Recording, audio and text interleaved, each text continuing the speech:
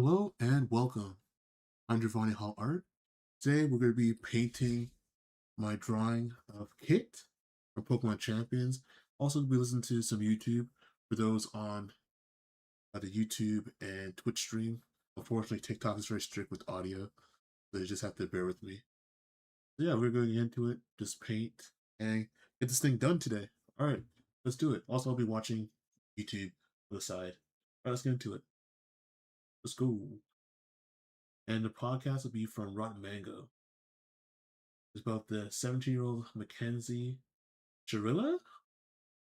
Yeah, today we're painting. We're finally all done all the line artwork. Let's get into it.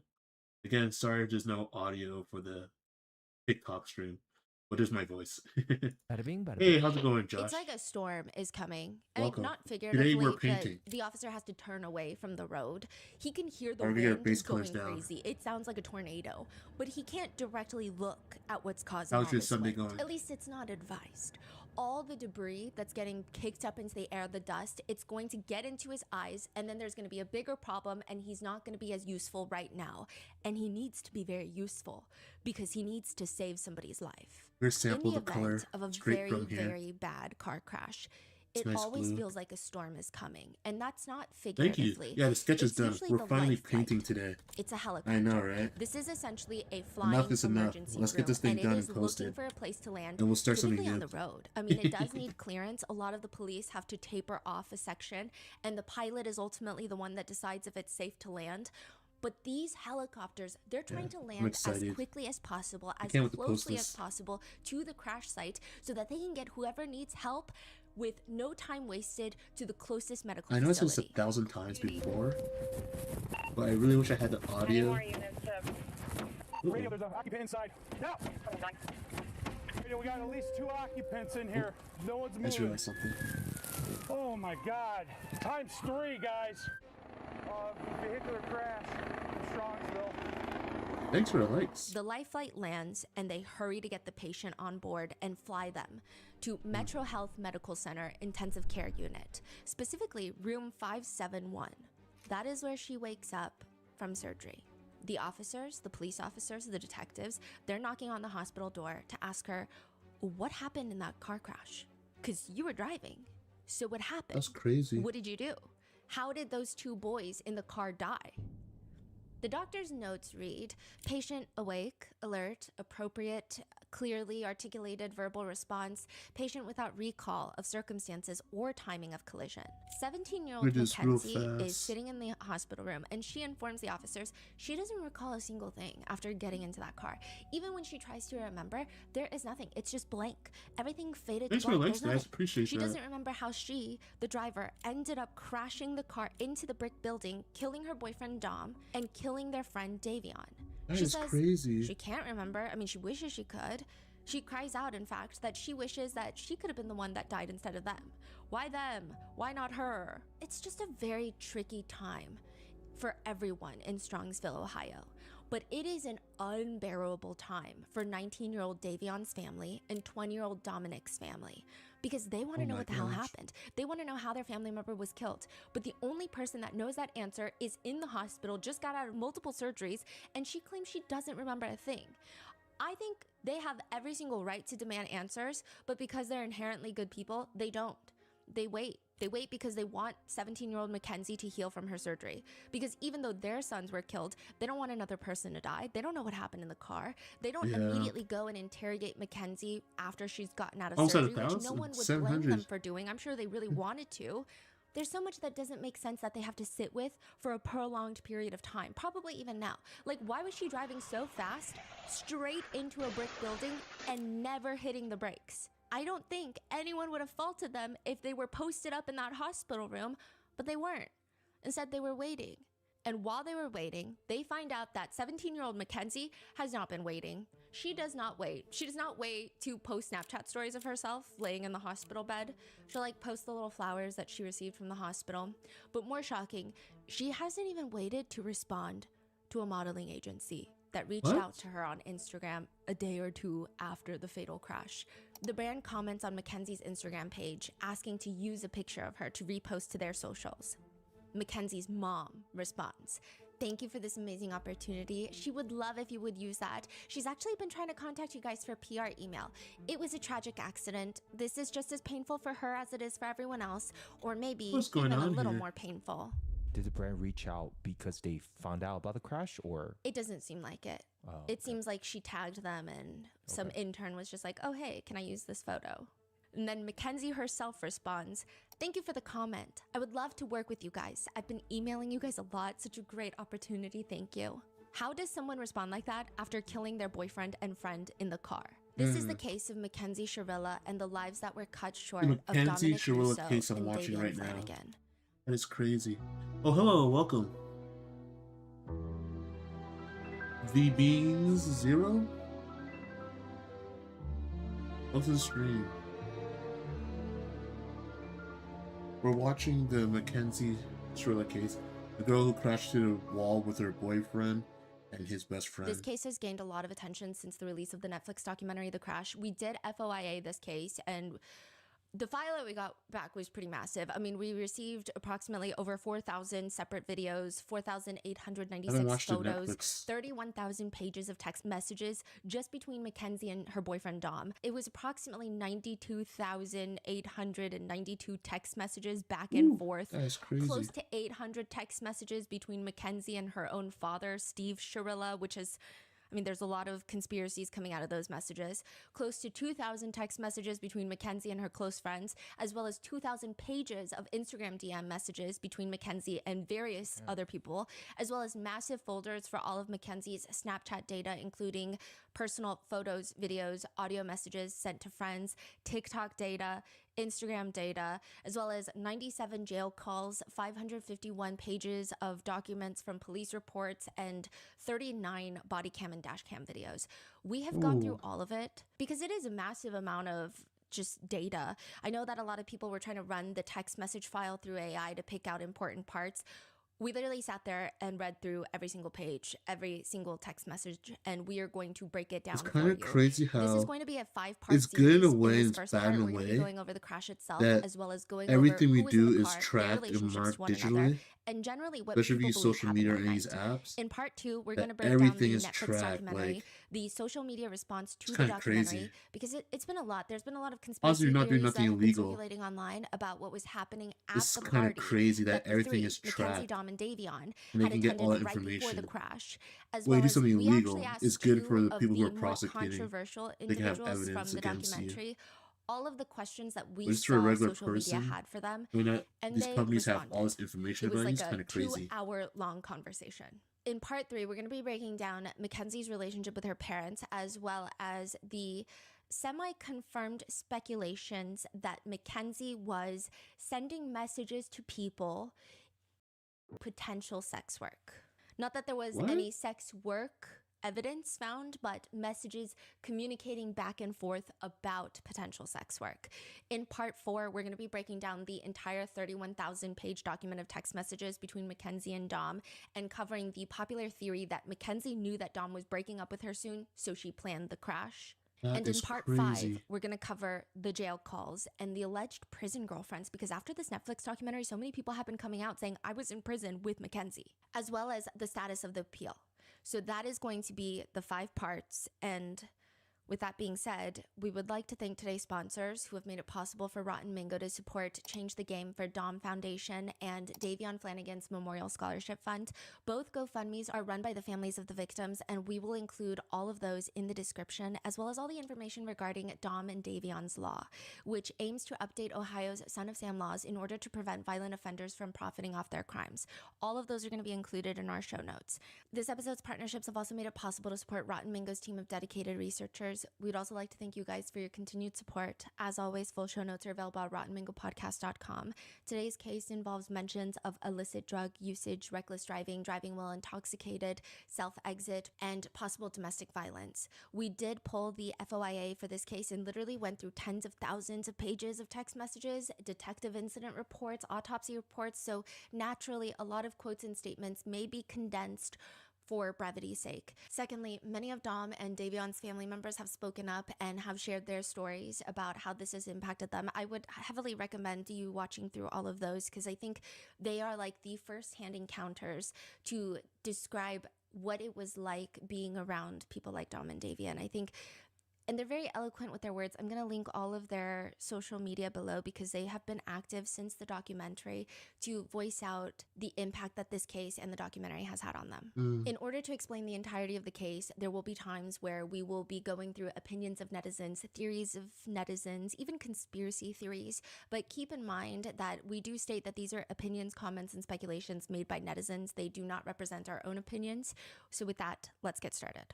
Depending on who you ask, you're going to get a completely different view of who Mackenzie Shirilla is, which I'm sure drunken breakdowns. I texted Kenzie to come to my room so I didn't interrupt the party, and she sat next to me and said, "Oh no, babe, we drunk crying? What's wrong?"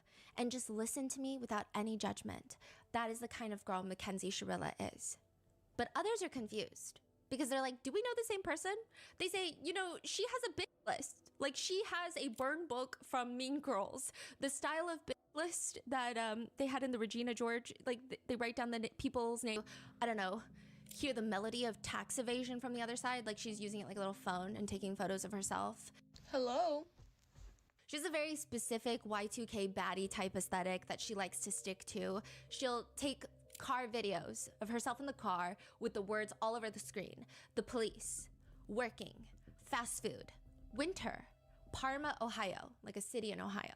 Fake friends, anything that's not designer, cancers, GMO foods, new Juicy Couture, the show Friends, and Ohio.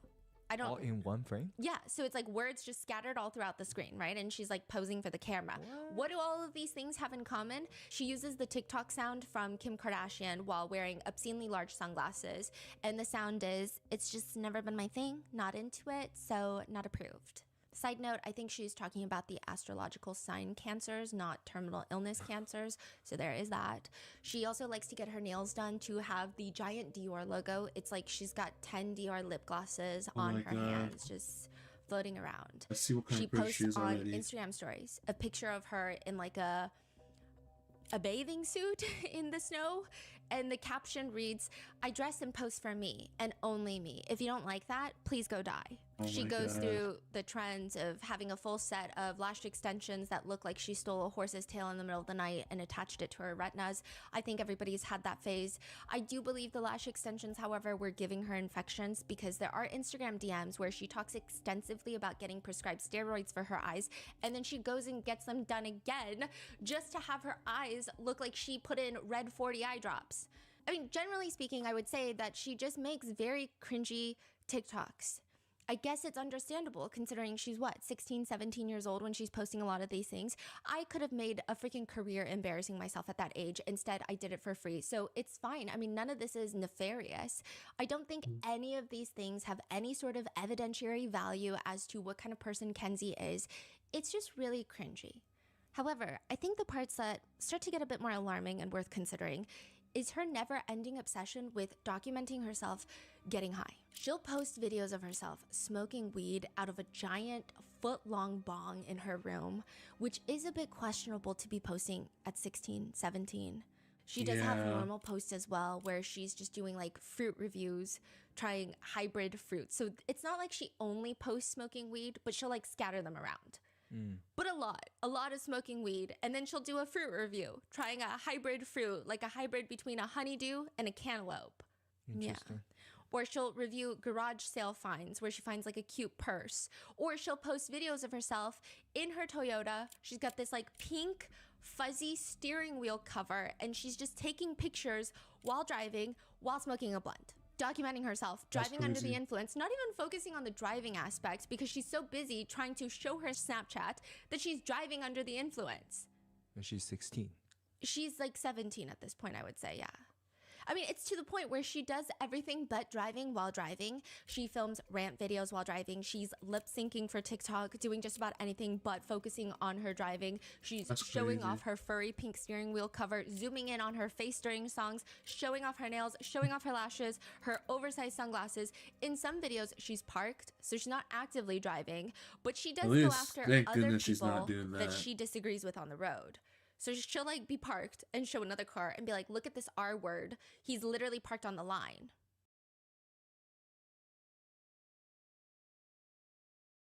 Oop.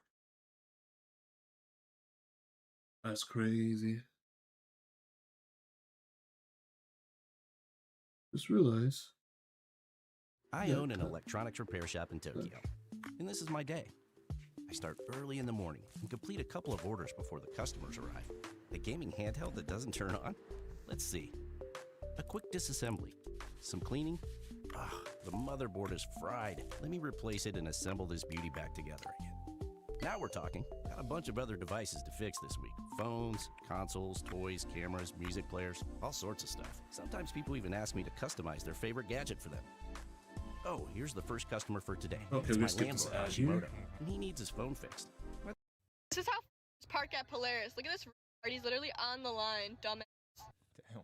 As Okay. if she's not just, yeah. She also has road rage issues. On Snapchat, she would post cars that pissed her off. With one, it's a picture of a car on the road in front of her, and she writes, this bitch dumb AF. Then another one, dumbass. And it's just like, you know, license pick pictures. Just generally speaking, whenever she's driving, she's kind of looking like a bozo. She'll wear these sunglasses that look like 2 dinner plates on Oh her my- face, which I guess you could say is objectively cute, but it's not cute at all to do this while driving. I mean, the amount of times her phone will fall while she's driving and recording is rage-inducing. Just focus on driving, holy shit. There's one video where she shows that she's doing butterflies with her legs on her seat, so her feet are nowhere near the pedal or the brakes. Wait, What's She's wrong like with this girl? crisscross feet- applesauce. the car's going. Yeah, so moving. it seems like she's probably on cruise control on the highway.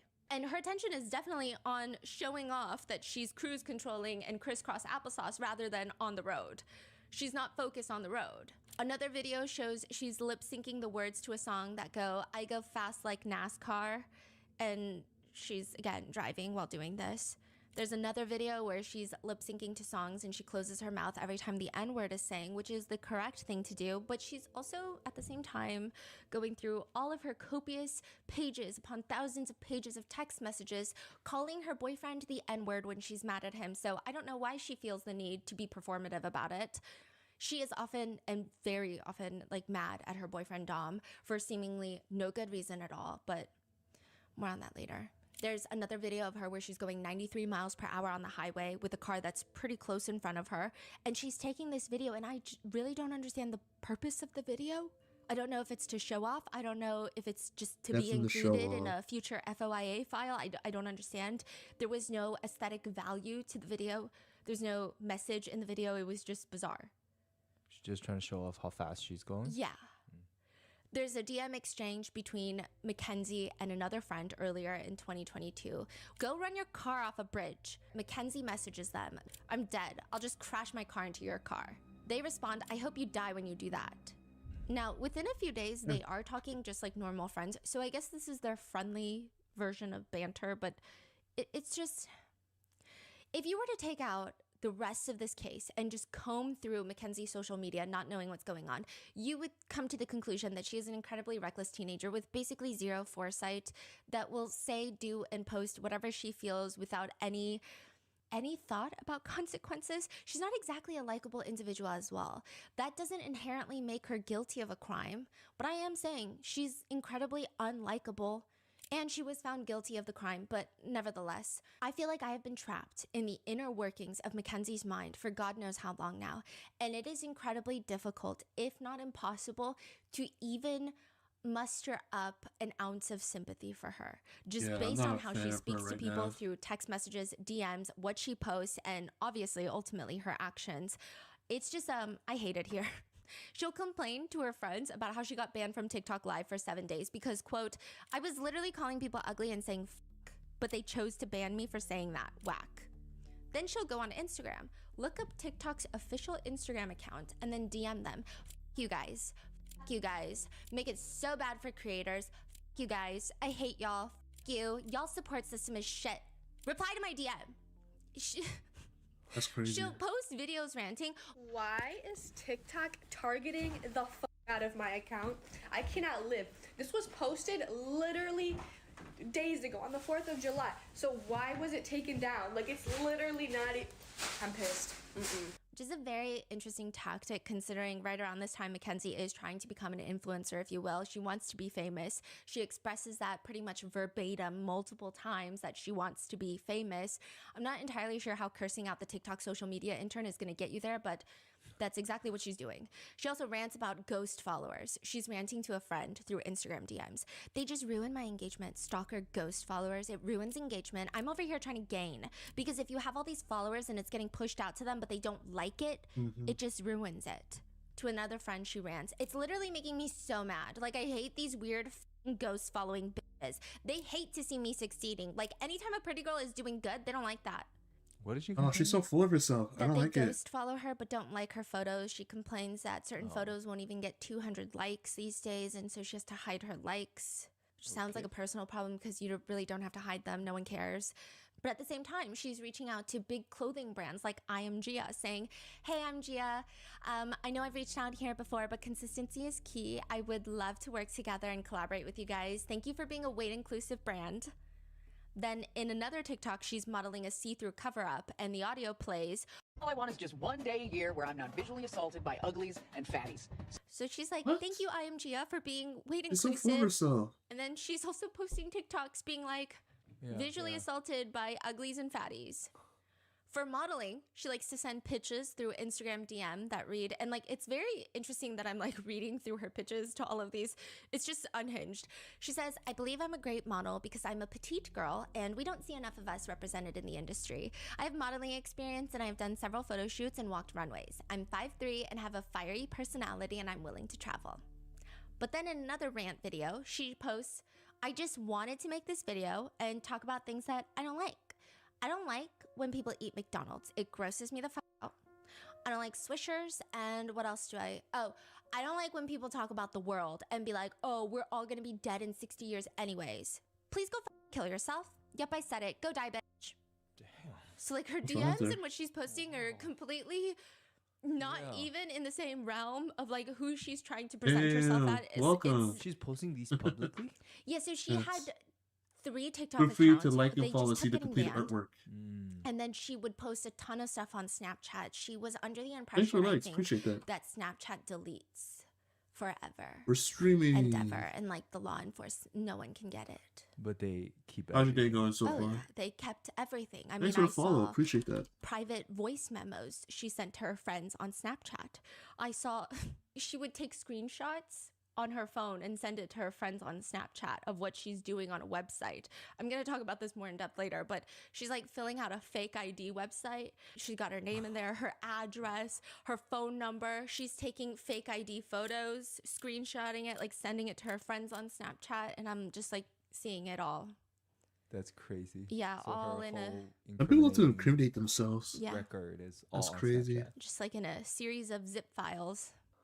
Yeah. Wow. Yeah. She does partake in a lot of the TikTok trends too. So, you know, the one that it's like, oh, put a finger down, you know, if you blah, blah, blah. And there's a lot of variations for it. But she chooses specifically to do the one that says, put a finger down, psycho edition. And she's with her friend doing this. If you get more than 5 fingers, you're a psycho.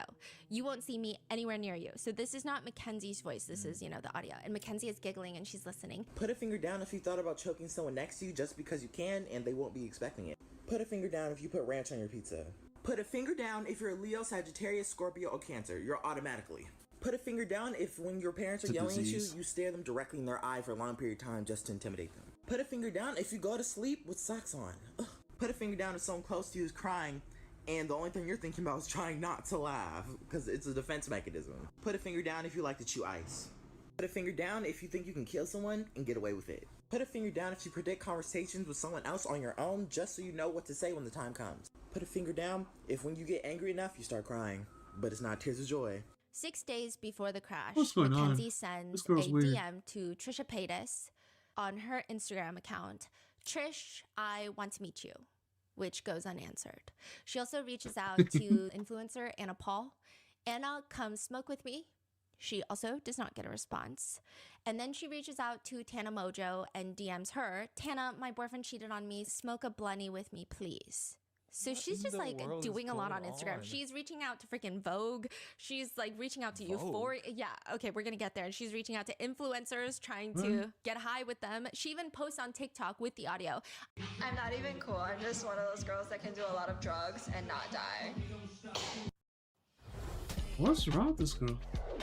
This is what happens when, for those who are on TikTok, I'm watching a documentary about Mackenzie Strilla, and apparently her digital footprint is crazy. This is what happens when people are chronically online with no guidance, and they found think traces of the night mothling. Good job. they're gonna become a social influencer Board will arrive soon. by being very, what's the word? Unlikable. They're just being obnoxious and rude. Everyone, it's time to play. What? I will note that it's very interesting I that her understand parents the were appeal. supposedly following her on social media, where she's posting herself smoking and driving and doing all of these things, and she's 17, but much more to Parents come don't do about the nothing. parents, Natalie and Steve, in a later episode. The most controversial of Mackenzie's TikTok, though, is from Halloween. She's with 3 of her friends, and they're all in the same costume, well, different variations of it, but Mackenzie is dressed in an all-black look. She's got these black furry boots, black ribbed leggings, this super tight corset, and this ribbed black top where it looks like someone just put it through a paper shredder. And you can see part of her chest that in her TikTok post she keeps covering up with an emoji. And her makeup, since it's Halloween, she has painted her face white with these big black circles around her eyes and a red, almost Joker-like smile. It's supposedly inspired by Playboy Cardi and the look that he would sometimes perform with. It was like during a very specific era of his career, which some people called it the clown era, but it's more of this vampy, corpse, theatrical, comic book villain inspired look. It did look really cool when he would perform on stage with that look. But this Halloween post becomes one of Mackenzie's most controversial social media posts, more than her posting herself driving while smoking weed, because everyone says that she looks like she dressed up as a corpse. Mackenzie's friends are saying, no, that's not true. We were dressed up as Playboy Cardi. But also, what about it? Like, what if she dressed up as a corpse? It's Halloween, get a grip. Fair enough. But it's not the holiday and it's not the costume. It is the timing of this Halloween. People are upset because this was posted and this was done Halloween of 2022. Just 3 months after Mackenzie was in a fatal car crash where she was the driver that killed her boyfriend Dom. That and was their friend after David. that happened? She was out and about? Yeah.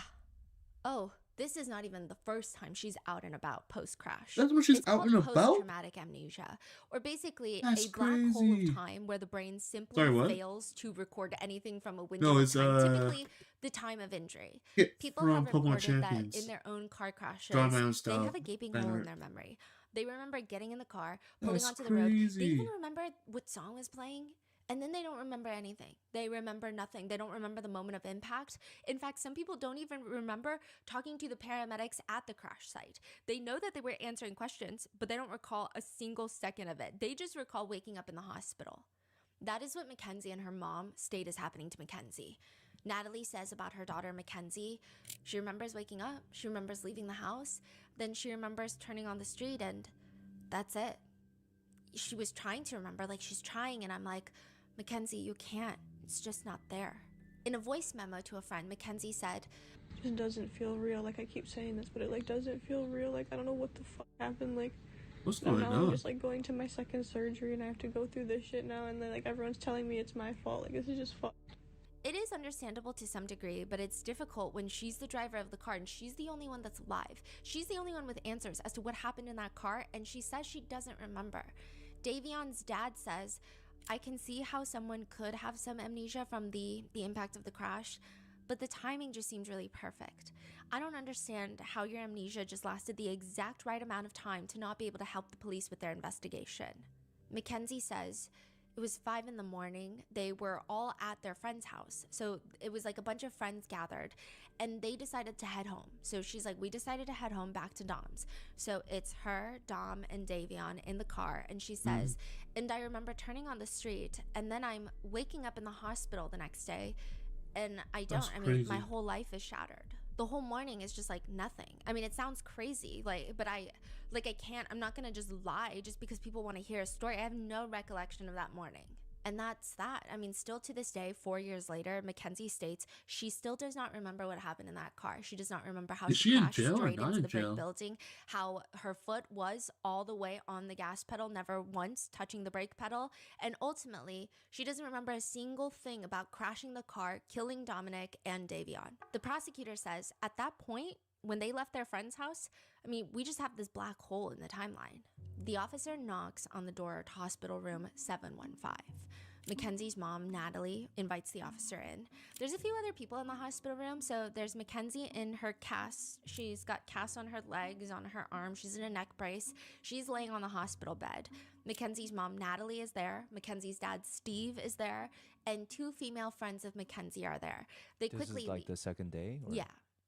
And they quickly leave. So now there's just a detective that walked in. Besides their visiting, I don't think they want to stick around for this. The officer starts filling out a property release form. And then that's when the doctor walks in. So the officer is like writing all of this in his report. He's like, I walked in, I saw all these people, and then I was filling out a property release form because I came here to give the things that were found on Mackenzie's person in the crash. Her purse, cash, like these are things that he has to give back, not the drugs, because there were drugs found, but he's not going to give those back. So he's filling out this property release form. And in the notes, he notes some very interesting exchanges. So first of all, Mackenzie's doctor walks in and Mackenzie refuses to take a shot that's going to help her with her pain, which fine, right? Second, Mackenzie gets into a full-blown argument with her dad where she kicks him out of the room. She kicks her dad out of the hospital room after cussing him out. And the officer is like noting this in his report. That's She's doing crazy. all that in front of the officer? Yeah. And this is when the detective is like, you know what? I'm just going to wait for the doctor to leave. I'm going to be in the hallway filling out the rest of these forms. And while he's out in the hallway, he starts having a conversation with Mackenzie's parents, Natalie and Steve. And he's just explaining the whole process of like, yes, we're going to, give you back this Michael Kors backpack. And there's some cash that we found as well as clothes in the car that were recovered from the crash scene. We're going to give those back. And then he writes in his report, they hear a scream from inside the hospital room.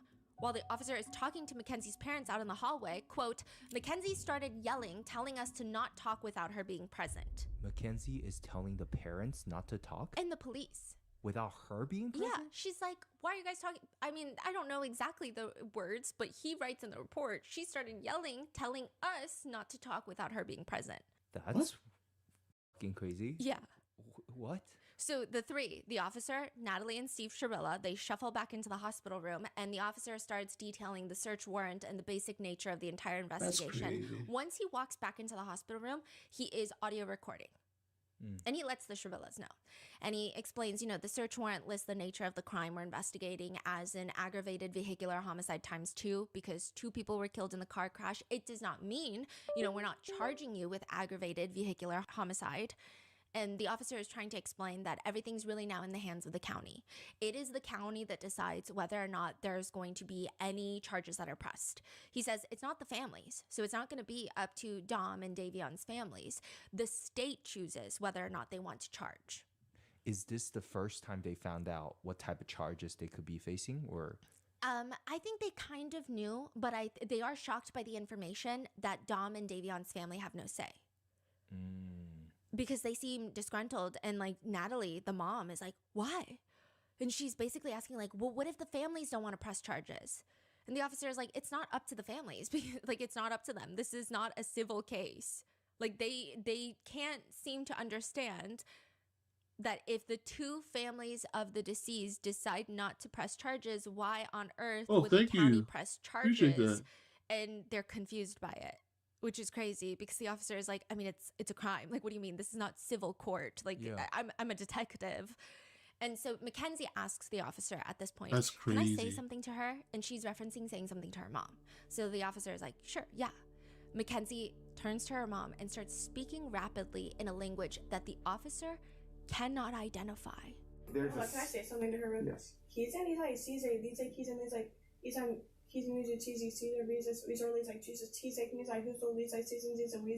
he can't even tell you.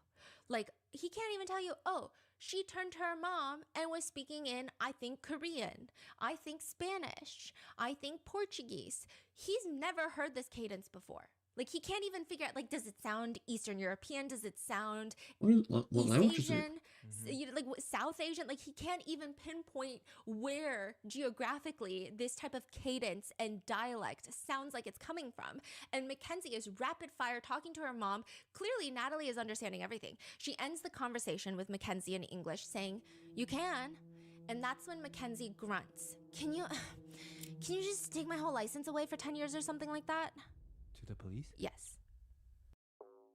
Limited time interest rate offers are limiting. EQ Bank's high everyday rate stays high, growing your savings over time. Sign up in minutes at eqbank.ca. What up, guys? Max Blesshaller here in Las Vegas. I'm here at Box. We're about to rip some packs. That's crazy. What's up, Max? What's up, bro? I heard you into Pokemon. You want to rip some packs? Yes, I do. Let's do it. What's some of your favorite Pokemon? Zord gotta be one. Charizard, that's a good one.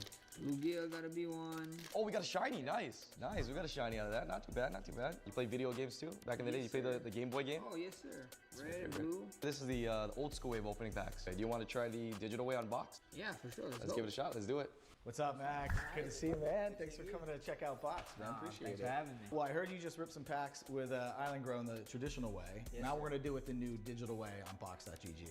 I'm excited. This looks cool. Man, there's two distinct advantages to doing it the new digital way. You can actually see exactly what is in the pack. Second advantage is if you don't like it, you can sell it back for 100% of its value until you find exactly what you're looking for. So, you wanna give it a try? Yeah. All right. Oh, not bad. Tyron Tracy, rub it again. Let's see what we get. Move it. Move Fling it. it over. Oh, I think it's Zord. dude. Even better. The Expedition Charizard reverse Even hollow, better. dude. I think the Gengar too. The Gengar hollow. Oh! Told there's only 2 of these in the whole world that are graded in PSA 10. Okay. If you decided to ship this card to you, it would take like 5 to 10 days to ship them in. So I have these cards here for you. This is sick. That's awesome, man. Congratulations. You Thank appreciate it, man. Thank you. So much. Appreciate you guys. Make sure you guys bless yourself like how I got blessed on Box. Check them out on box.gg. Go get blessed, man. We got the jeans going. Like In that. my opinion, the officer sounds kind of flabbergasted, and he just hits her with a, "Do you have a lawyer? Talk to your lawyer." But once the detective leaves, he's so intrigued by this whole incident of this language that he cannot decipher, he reaches out to the chair of the Department of World Languages at a local university, and they tell him, "I let 2 other language instructors listen, and we were all on the same page. We all don't think what we're hearing here is a natural spoken language. I thought of your suggestion about it being Pig Latin or something like that, and I think you're right. Given the speed at which it's spoken, it is unlikely to be natural." So she's saying it doesn't sound like a foreign language. The cadence and the phonetics of speaker 1, Mackenzie, are all clearly American English. Okay. So it's not like So they they made it just all know some languages language? and they're like, "Oh, it's not the ones we know." They study like the cadence and tones of languages, and they're like, "It's the cadence That's is crazy. American English." Yeah. So like it Did you hear? Yeah. I knew Pig Latin in high school. It does sound like Pig Latin. Pig Latin is I heard about that, but I the never. one that you move some. So you move the first letter to the back and then you add A at the end. So instead of Stephanie, it would be like Tiffany say. Okay. Yeah. But there's can you say that in like a natural way? Like, can you actually talk to people in that? When I was really young, I remember Pig Latin was like a huge thing, and I could not speak anywhere near as quickly as Mackenzie does in this audio file, but you can, kind of. Okay. That's Okay. crazy. You can. So was it Pig Latin? It or- is not, but it is a different, like there's so many variations of these types of.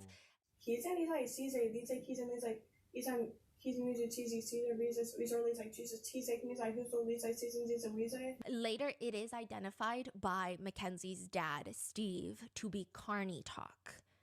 It's kind of like Pig Latin, but it was actually used heavily by people who worked carnivals. That's why it's called Carney talk. Why? I guess they wanted a different way to speak to each other, just so that they can communicate without, I guess, communicating in front of like, you know.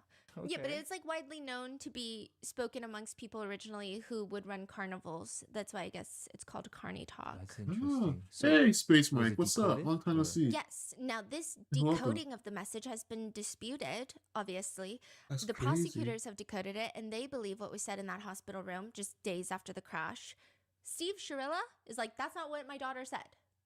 You decide. Mackenzie is stating she doesn't remember a single important detail of this car accident, right? But then she turns to her mom, and the prosecutor believes she said, "Can we just tell them I had a seizure?" That was it? Yeah. Like, it was like, can we just tell them I had a seizure or something like that? Like, can we just tell them? Whoa. That is The crazy. 3 people in that car, the early morning of July 31st, 2022, where, like I said, Mackenzie is in the driver's seat, her boyfriend Dom is in the front passenger seat, That's and their friend crazy. Davion is in the back seat. A lot of people believe that Mackenzie and her boyfriend Dom got into a fight in the car, which leads Mackenzie to freak Those out, thighs, going yes, yes, over yes. 90 miles per hour What's the and saying? slamming Thick into thighs a save brick building, lives. with Davion's life, by netizens' speculations, not being considered by Mackenzie. They That is think crazy. that Mackenzie is the type of person to just, you know, someone in the back is not pertinent to her or her relationship, and the fight is the most important thing that could be happening in the car. Now, this is obviously a netizen theory.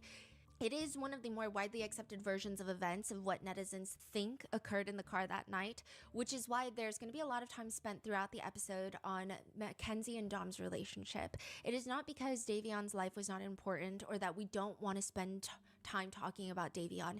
It's because most people believe that whatever happened in the car could have to do with what Mackenzie felt about Dom. It was reported that Mackenzie has known Davion since they were both in middle school, since they were in the same class. It's unclear if this is true or if they ever really even spoke at all, but according to one of their friends, Davion and Dom started hitting it off recently. Dom has a recording studio in his house, and Davion's dream was to be a rapper, so it just kind of made sense that they would become friendly. They're not necessarily best They friends. sure They're do. not Yes, they do. necessarily that close. Are They you actually hearing this? have very different friend groups and interests, but recently they started hanging out and connecting over music. Are you And guys we're going to go hearing- in are you depth hearing because this? Davion is actually staying at Dom's house when all of this is happening. So Davion's family had gone on vacation. Davion had just started a new job, so he can't just take 2 weeks off to go on family vacation. So he's like, I'm going to stay in town, but his parents were a little concerned about him staying alone. So he was like, okay, I'm just going to crash at my friend Dom's place. That's crazy. How long have they been staying together? It doesn't seem that long, but it seems like they were friends for, you know, months ahead of time. So it's not like, oh, they just met and he's staying with Dom. But it's not like, oh, Dom and Davion were best friends since middle school and they all hung out and these That's are, you crazy. know, it's like more of a newer friendship that's been developing. So we're going to go in depth about what Davion's the family has said, podcaster as well or as the foundation that they've set up for him in a later the girl episode. that talking But just about keep in mind, Mackenzie a lot of the Shrilla? focus will be on Mackenzie and Dom throughout some of these episodes, not because Davion's life is less important than anyone else's. His family and friends have spoken extensively about what he meant to them, how he impacted their lives, and what That's it means for crazy. them now that he's been taken away from them, which we're going to cover in Let's a work on later the episode. So with that being face. said, we're just going to get into the relationship. Mackenzie and Dom have been dating for years before the crash.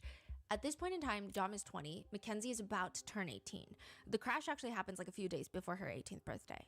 They've been dating for years. They were both minors. They both met in high school. But now that Dom has graduated, he's living in his own house. So he lives alone. He does live right next door to his mom. So he Oh, lives they're- alone, but he's right next door to his mom and he sees his mom a lot. His mom cooks dinner. He comes over for dinner. It's not like completely independent of a lifestyle, but also he's 20. So he's living the lifestyle that I think a okay. lot of 20-year-old guys probably live. But Mackenzie, she's still in high school. So it is alarming that she's posting a lot of the things that she's posting. And at some point, it's believed that Mackenzie had fully moved into Dom's house and was living with him at 17 years old. And her parents are seeing these things. They're seeing what's being posted and they're completely fine with it. Wait, the It- parents are Yes. seeing like the smoking, driving. I would think so because they follow her on Instagram. Whoa. These Banks are could be charging parents. you more than you This is what think. happens Most when. people have no idea. They're Sorry, getting I ripped just saw your off when comment. they send their money abroad. You see, banks offer That's crazy. I'm gonna pause it for a minute. This the lady speaking said that this is the essence theory, which is like an abstract theory, not necessarily. Okay, I see it. But yeah, that is crazy. This is what happens when you have parents that care too much to be their kids' best friend instead of being parents, and they allow them to just do whatever they want. Like I've seen this in like my own personal life, where I see some kids, and it's not good when kids are off the leash and just free range. It usually doesn't set them up. It doesn't set them up for the best future. Not saying that because some kids have a lot of independence, they're gonna like turn out bad. When the parents like don't do nothing, the kids do whatever they want, like stay out late at night, go to party every single party. They're always like at the party but never at school, like stuff like that. Doesn't end well.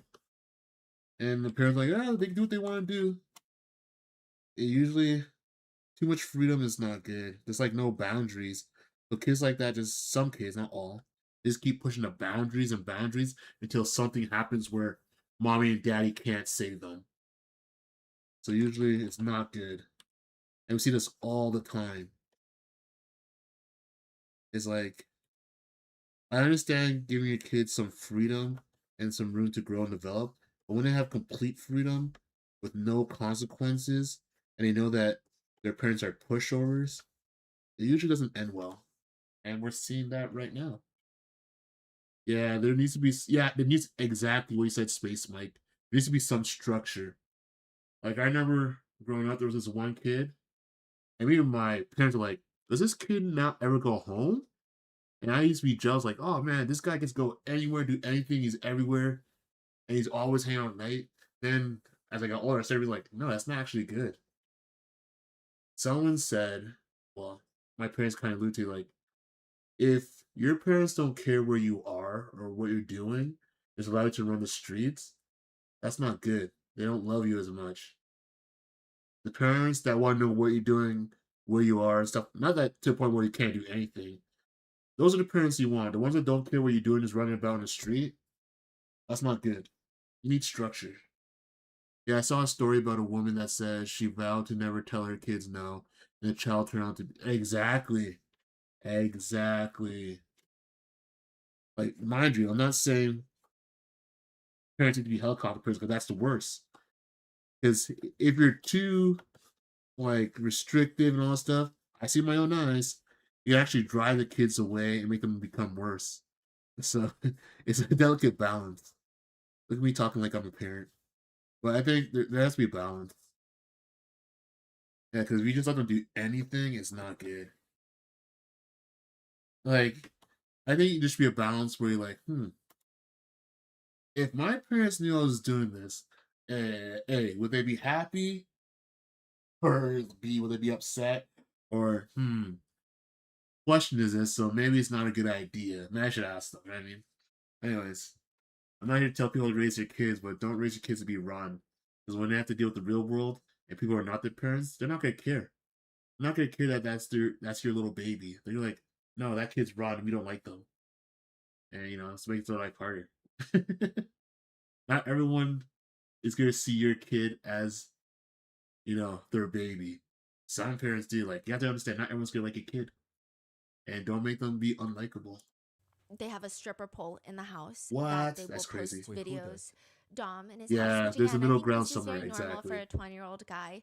I don't think it's normal for a 17-year-old girl to be allowed to live in that house regardless of if it's her boyfriend, and that is the fault of the stripper house. Yeah. But That's another issue too. Like, I'm not saying, I guess there's that little gray area where, if they knew each other before or whatever, blah blah. But I do think it's like I understand people have their own maturity and know what they're comfortable with. But growing up, I always thought it was weird when I heard the fellow high school students tell me that their parents allow their significant other, I'm talking like grade 9 and 10 and stuff like that. Like, what are you, like 15 or 16 or something like that? That their boyfriend or significant other is allowed to stay over at night in the same room. To me, that was a wild concept. I couldn't imagine that. Like, you're what? Your mom lets your boyfriend sleep over on weekends? Usually, we all know kids are gonna do what they're going to do, but she's actively there and she allows that, and he spends weeks there. I'm like, that's crazy. show Hey, those teach their own, videos whatever of people are people comfortable with. dancing on the stripper poles, they are fully But clothed. then you hear stories about, I heard in high school, like, oh, I live with my boyfriend. Like, wait, when do you live with your boyfriend? Your mom allows you to spend weeks at a time at your boyfriend's house? That's crazy. Maybe I'm old fashioned. And people will just Like, honestly, when you get older, you can make your own decision, but 15 and 16-year-olds living at their boyfriend's house, that's crazy. like throw bills in the air. So it does seem like high school fun. It doesn't seem nefarious or anything, but it is just a very specific type of lifestyle that I would imagine most parents would not want their 17-year-old daughter to be engaged in at this Yeah. point, being 17 years old. Yeah. They would host parties at Dom's house because he had his own house. Okay. And there is an incident that I'm has not been mad coming at up on social parties. media. High school kids are going to throw parties. Everyone throws parties. I'm not mad at that. Before the crash, the police had already gone out to the house earlier that year in 2022 because at one of these parties, a girl falls down the stairs. And the police describe it as she almost died. We're going to call her Ooh. Kay, but side note, Davion was also there, and it's been reported that Davion was actually one of the only people that helped her before the medics came.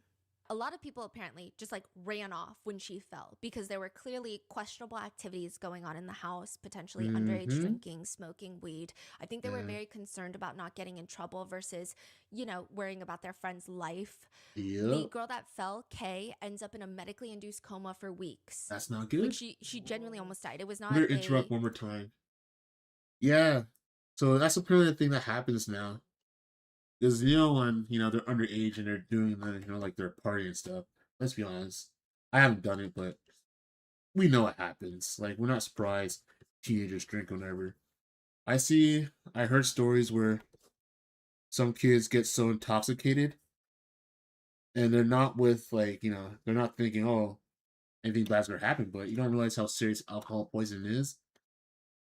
Luckily, some of them have friends that have enough common sense.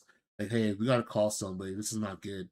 Most of the times, you see them try to like, oh, trying like, oh, they'll sleep it off. But if someone's like has alcohol poisoning, it can get bad. Well, you know, that's just unfortunate. Who got alcohol poisoning? No, like, I heard of someone I knew that they were partying, obviously they're underage drinking, whatever, and one of them got alcohol poisoning.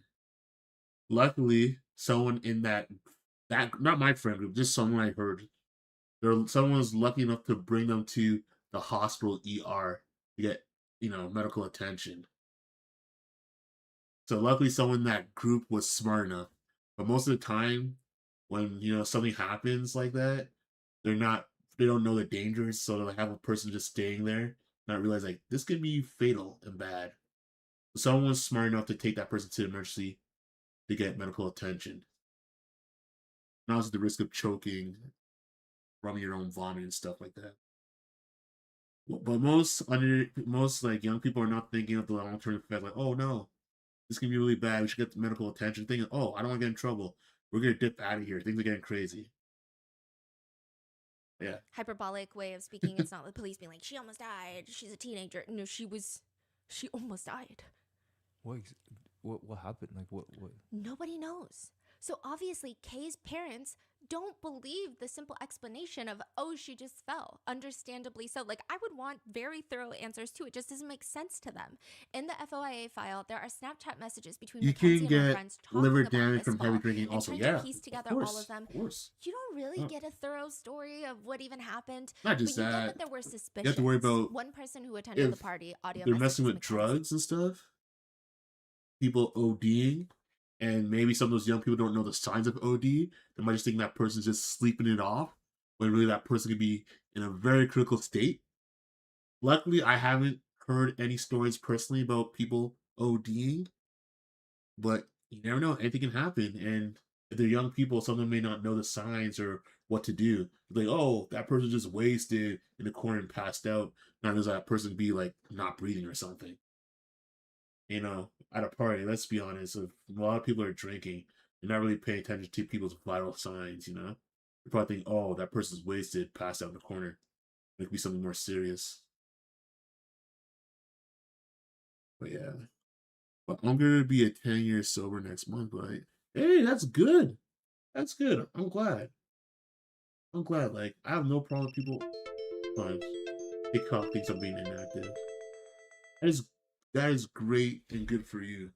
I'm glad when people are able to overcome certain, I wouldn't say addictions, but certain things that that are not good for them, or they may have challenges. Like certain things may be a problem for some people, may not be a problem for other people. That's good. That's good. I'm glad that you're able Legit, to what do I was that for 10 saying to years people, sober. so it seems like Congratulations. if I had to get context clues, and this is just me guessing out of my butt, it seems like Mackenzie is These stuff confronting like this that, girl. exactly. Like, are you Your your your judgment is not as sound if you're under the influence of something. Exactly. Simple things like that. Like, there's this story I heard. I know I'm interrupting. There's a story I heard that made me so sad. Like, this girl, she was with a group of friends, and I guess, they were drinking at the pool, whatever. You know, water and alcohol, not a good combination already. But, her judgment was not there. She was probably just with her small group of friends, and they're having drinks and being silly in their own backyard, swimming or whatever.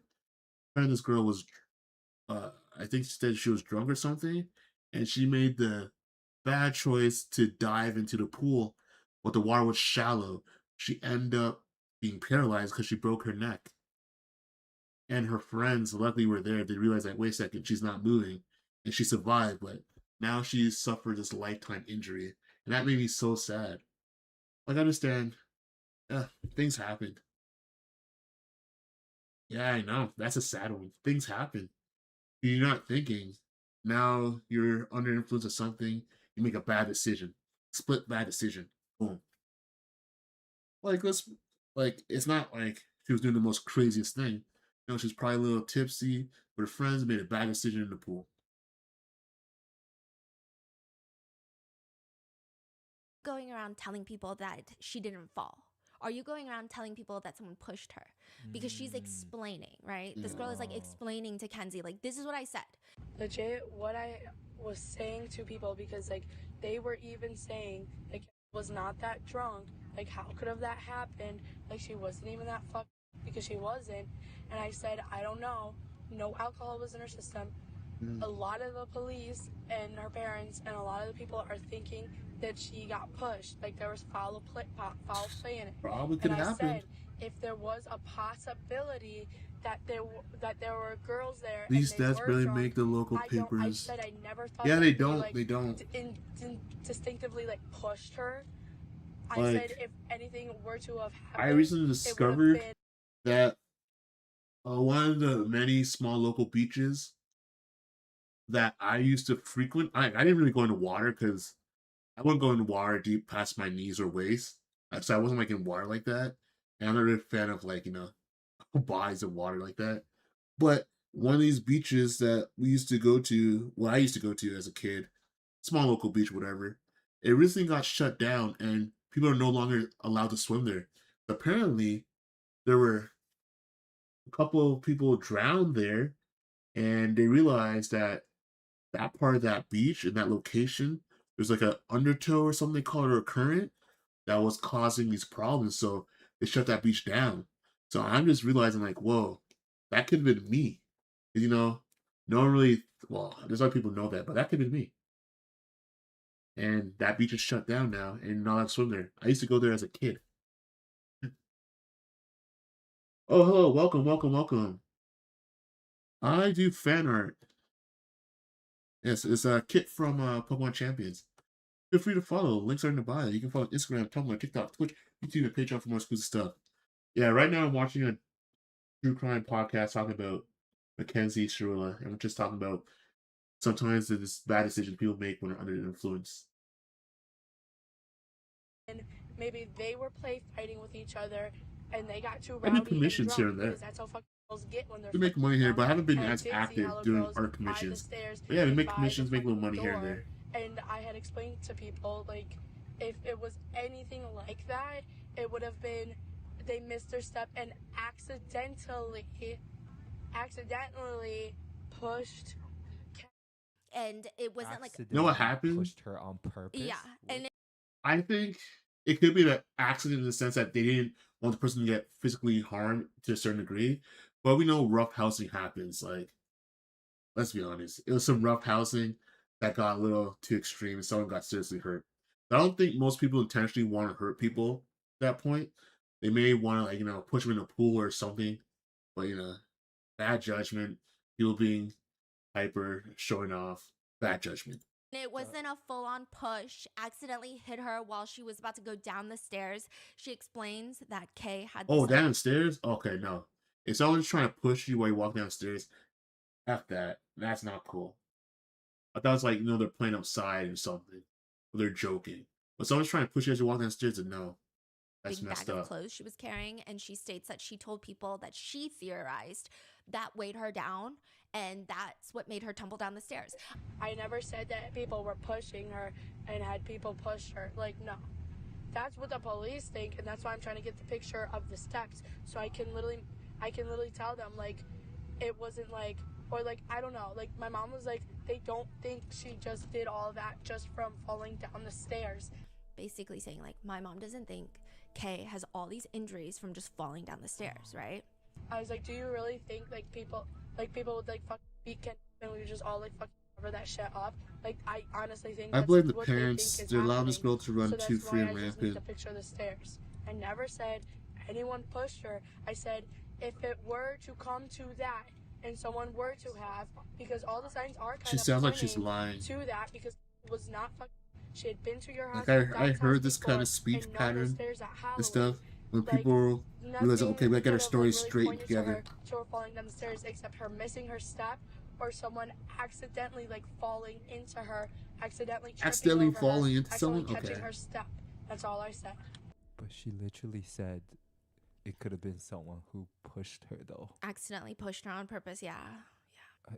Okay.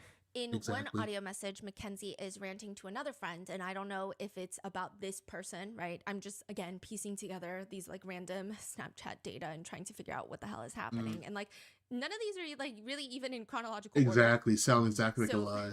But she says, this Or is not Mackenzie. telling the full Tell me truth. that I just got off the phone with fucking Sammy, and supposedly Emily did not even try to fuck catch her. Emily ran away Okay, and threw okay, up. okay. That's what Sammy I'm gonna is interrupt saying. again. And This is what I don't understand. You can hang out with friends and not get into crazy stuff or do crazy things. And this whole mean girl stuff is played out. I feel like, I don't know. It's just weird. It's like, people can have a good time without getting into crazy shenanigans. Like, I don't know. It's weird. I don't know. It's crazy. The things people get themselves into when they don't have, there's no need for it to happen is crazy. Like, it's crazy. Sammy was the one down there. So Emily is like a major fucking problem, like right now.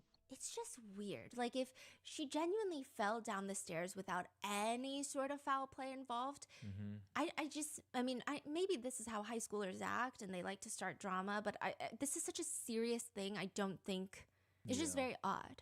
Yes, Mackenzie over-explaining. eventually makes, That's another like, sign, an too. Instagram story, and I don't know what she's trying to The do. If she's trying to over-explains, like, clear they the need air and you- make the situation worse. You need to I know think that you more so believe the them. latter.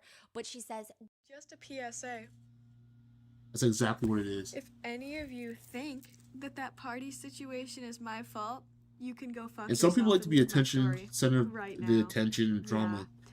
So they make a Because situation we let all you about underage themselves. little fucks inside our beautiful home just to do illegal things. And you want to blame us? Aren't you all the ones that ran out of the house and left and shook her while we called the police and got her there? Was she... Yeah.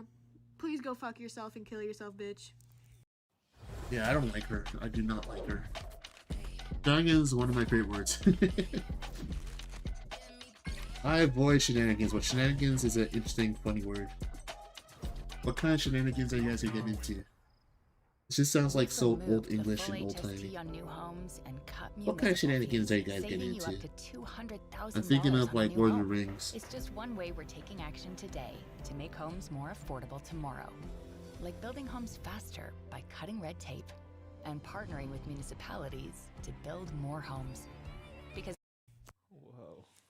interestingly, later, Dom's mom, so Mackenzie's boyfriend's mom, who lives right next door, says about the situation. She supposedly pushed down the steps, right? In reference to Mackenzie. Dom's mom describes the situation later to the officers, saying, so the big story was... I'm so sorry. Was this talked about before the crash or after the crash? After the crash. So it was, during the fall. I don't think Dom's mom got involved because Dom is 20, so this... And I don't know how it escalated. There's no reference to Dom's mom getting involved after the crash to report any of this. I don't think she really knew because, she's Dom's mom. No one's going to her telling her, oh, what's been happening with the kids recently. So I think what happened was after the crash, it seemed that Dom's mom did report to the police. A lot of Dom's friends were coming to her and telling her information about Mackenzie. Feel free to like, because enjoy, they see the feel picture weird about artwork. the crash. Sure, So there they're isn't because like your a son is reconstruction that with was the our friend, actors. we want to help. Here's this weird information we It's like a retelling, would have never told you and they're that. using Before the her crash, it was Snapchat we just thought it was for social relationship media. drama or weird You stuff know how and we it don't is. have proof. And so Let's be honest, a lot of people critique their own self because they post all their information and every single thing they do online.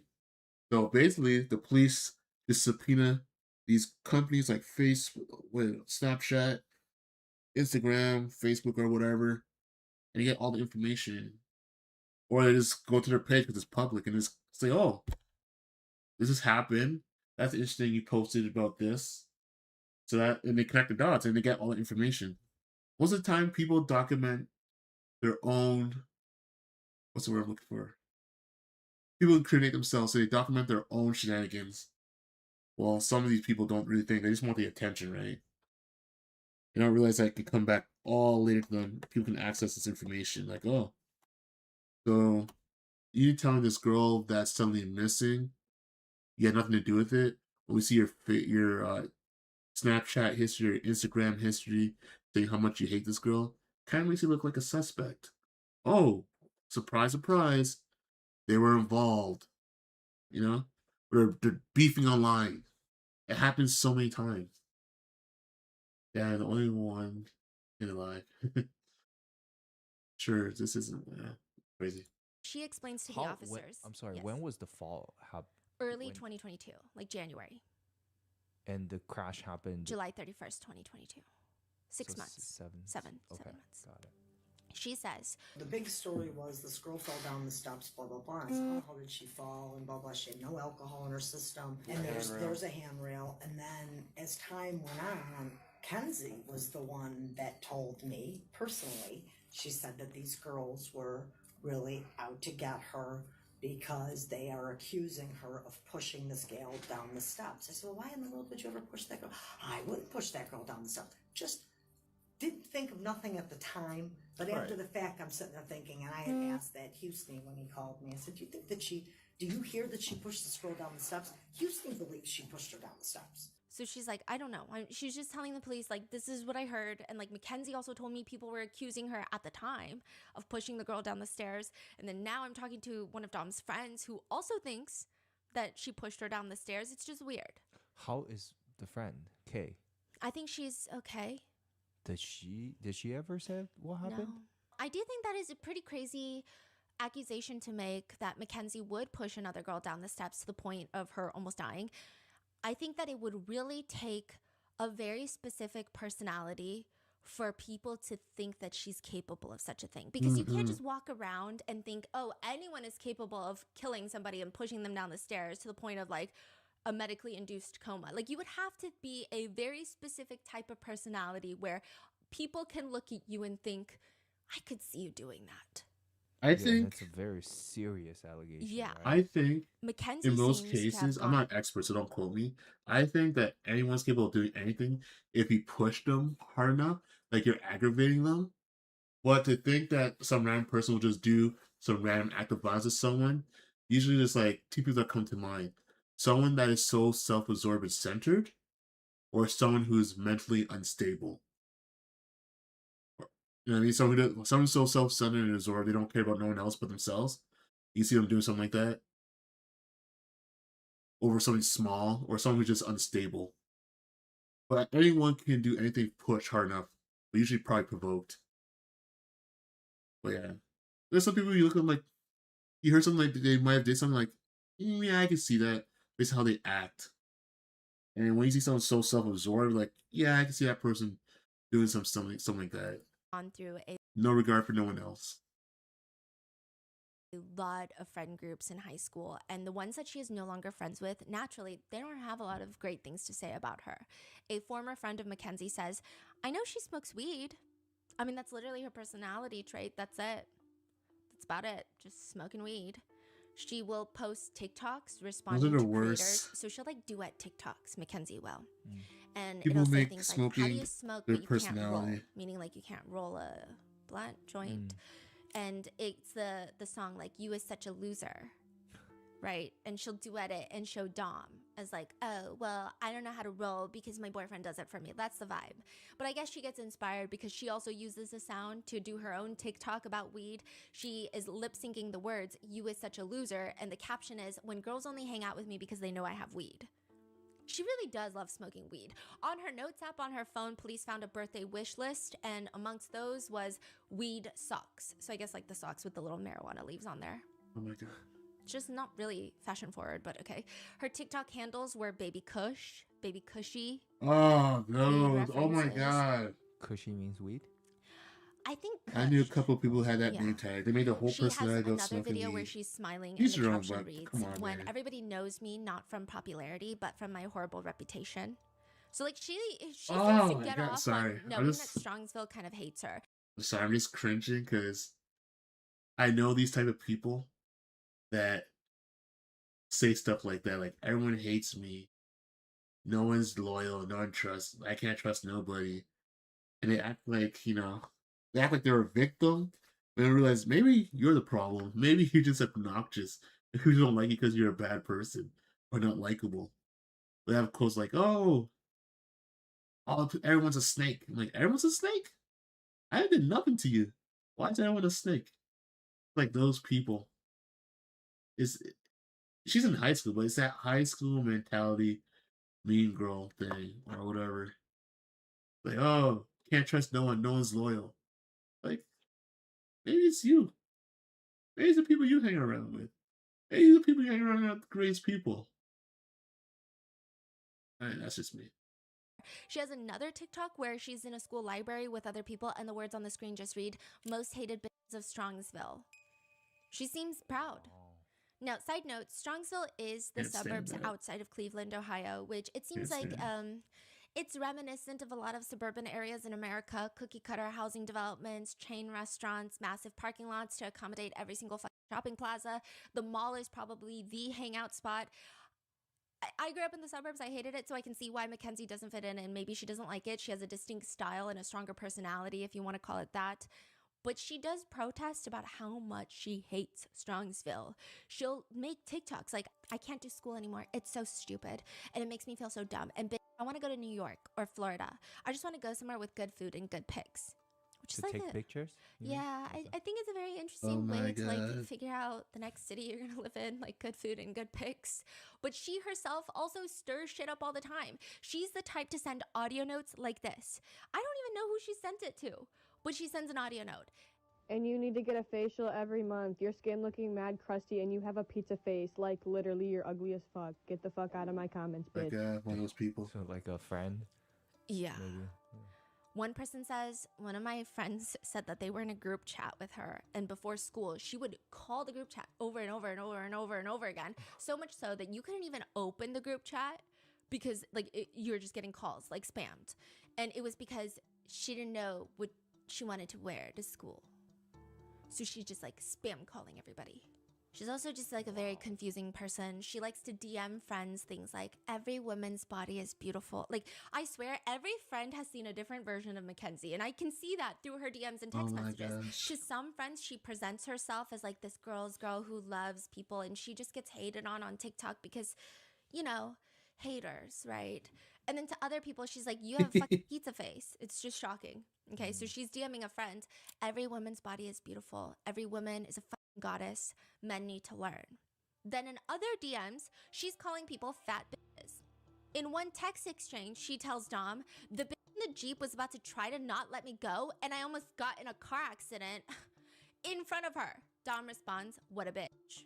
Mackenzie responds, I know she's fat, and I gave her a dirty ass look and I'm driving slow as fuck in front of her. In another series of DMs, she's complaining about how she's stressed out at the prospect of not winning homecoming court best dressed superlative, okay? Oh She my rants, God. bro, if I don't win, I'm a freak. I don't think she wins because she gets a DM by the real winner's sister. And it seems like they all have some beef, okay? Because the little sister is like, you didn't win because your outfits are ugly. Oh, and I do think that this was a warranted thing because Mackenzie was going around posting the girl who actually won, and she's wearing like a flannel shirt, and she's writing really mean things like, I can't believe I lost to a bitch in a flannel. Like it was just mean. So I think Oh the my younger sister was God. warranted to, you know, you're young, you're like, Get ready here we go. for a big screen event with teamwork, Let's flip and clip. If I ever have a daughter, Happy to see you too, buddy. I'm gonna make sure that I raise her not to be I'm anything gonna like this stand up for girl. my sister. Or Mackenzie if I have responds, kids, just I'm raise them so to be sorry, you're nice so people. insecure. I mean, if I was Not nice to overweight, be I taken would probably advantage make of, fun but pretty generally skinny nice girls, too. people. I mean, You don't have to hey, like you heard how everybody, crazy I but am. you know, Have you're your big respectful sissy and text nice. me if she has a problem. If The you have a younger problem with sister responds, someone, you're anorexic, you be more bitch. mature and just Shopping in walk the child away. section ain't cute. Mackenzie responds, maybe talk shit if you're gonna do something about it. We can have this convo in person if you want. To which she responds, I can snap your 5'2", 70-pound ass like a twig. Mackenzie responds, is that a threat? Maybe if you spent all the time eating, you would be happy on the inside. Now stop biting your older sister's problem, meatloaf. Have a nice day. To which the younger sister responds, your ass is flat, get well soon. Hope you end up in a hospital because your twig body got sucked away in the wind. Let me know, I could blow air on you and you would fly away. You're probably one of the ugliest people I've ever seen. Mackenzie responds, girl, I don't care, I'm not insecure. Being ugly is an illness, get well soon. Which, I mean, clearly they had problems with each other before this because what the hell is going on, but That's crazy. You had every single DM from her? yeah. From a time What period. It was is 2,000 going pages on? of DMs. And it was just like a fucking trip the whole time. Yeah. And speaking of best crazy. dressed, a lot of netizens are just confused about the school's enforcement of their dress codes. If they even have one, it just doesn't make any sense. One of her There's no favorite way she's wearing looks that to at school. show up to school, high school, is she'll wear like tracksuits, Juicy Couture tracksuits, not the new ones because she obviously hates those as per her own TikTok, but the old ones.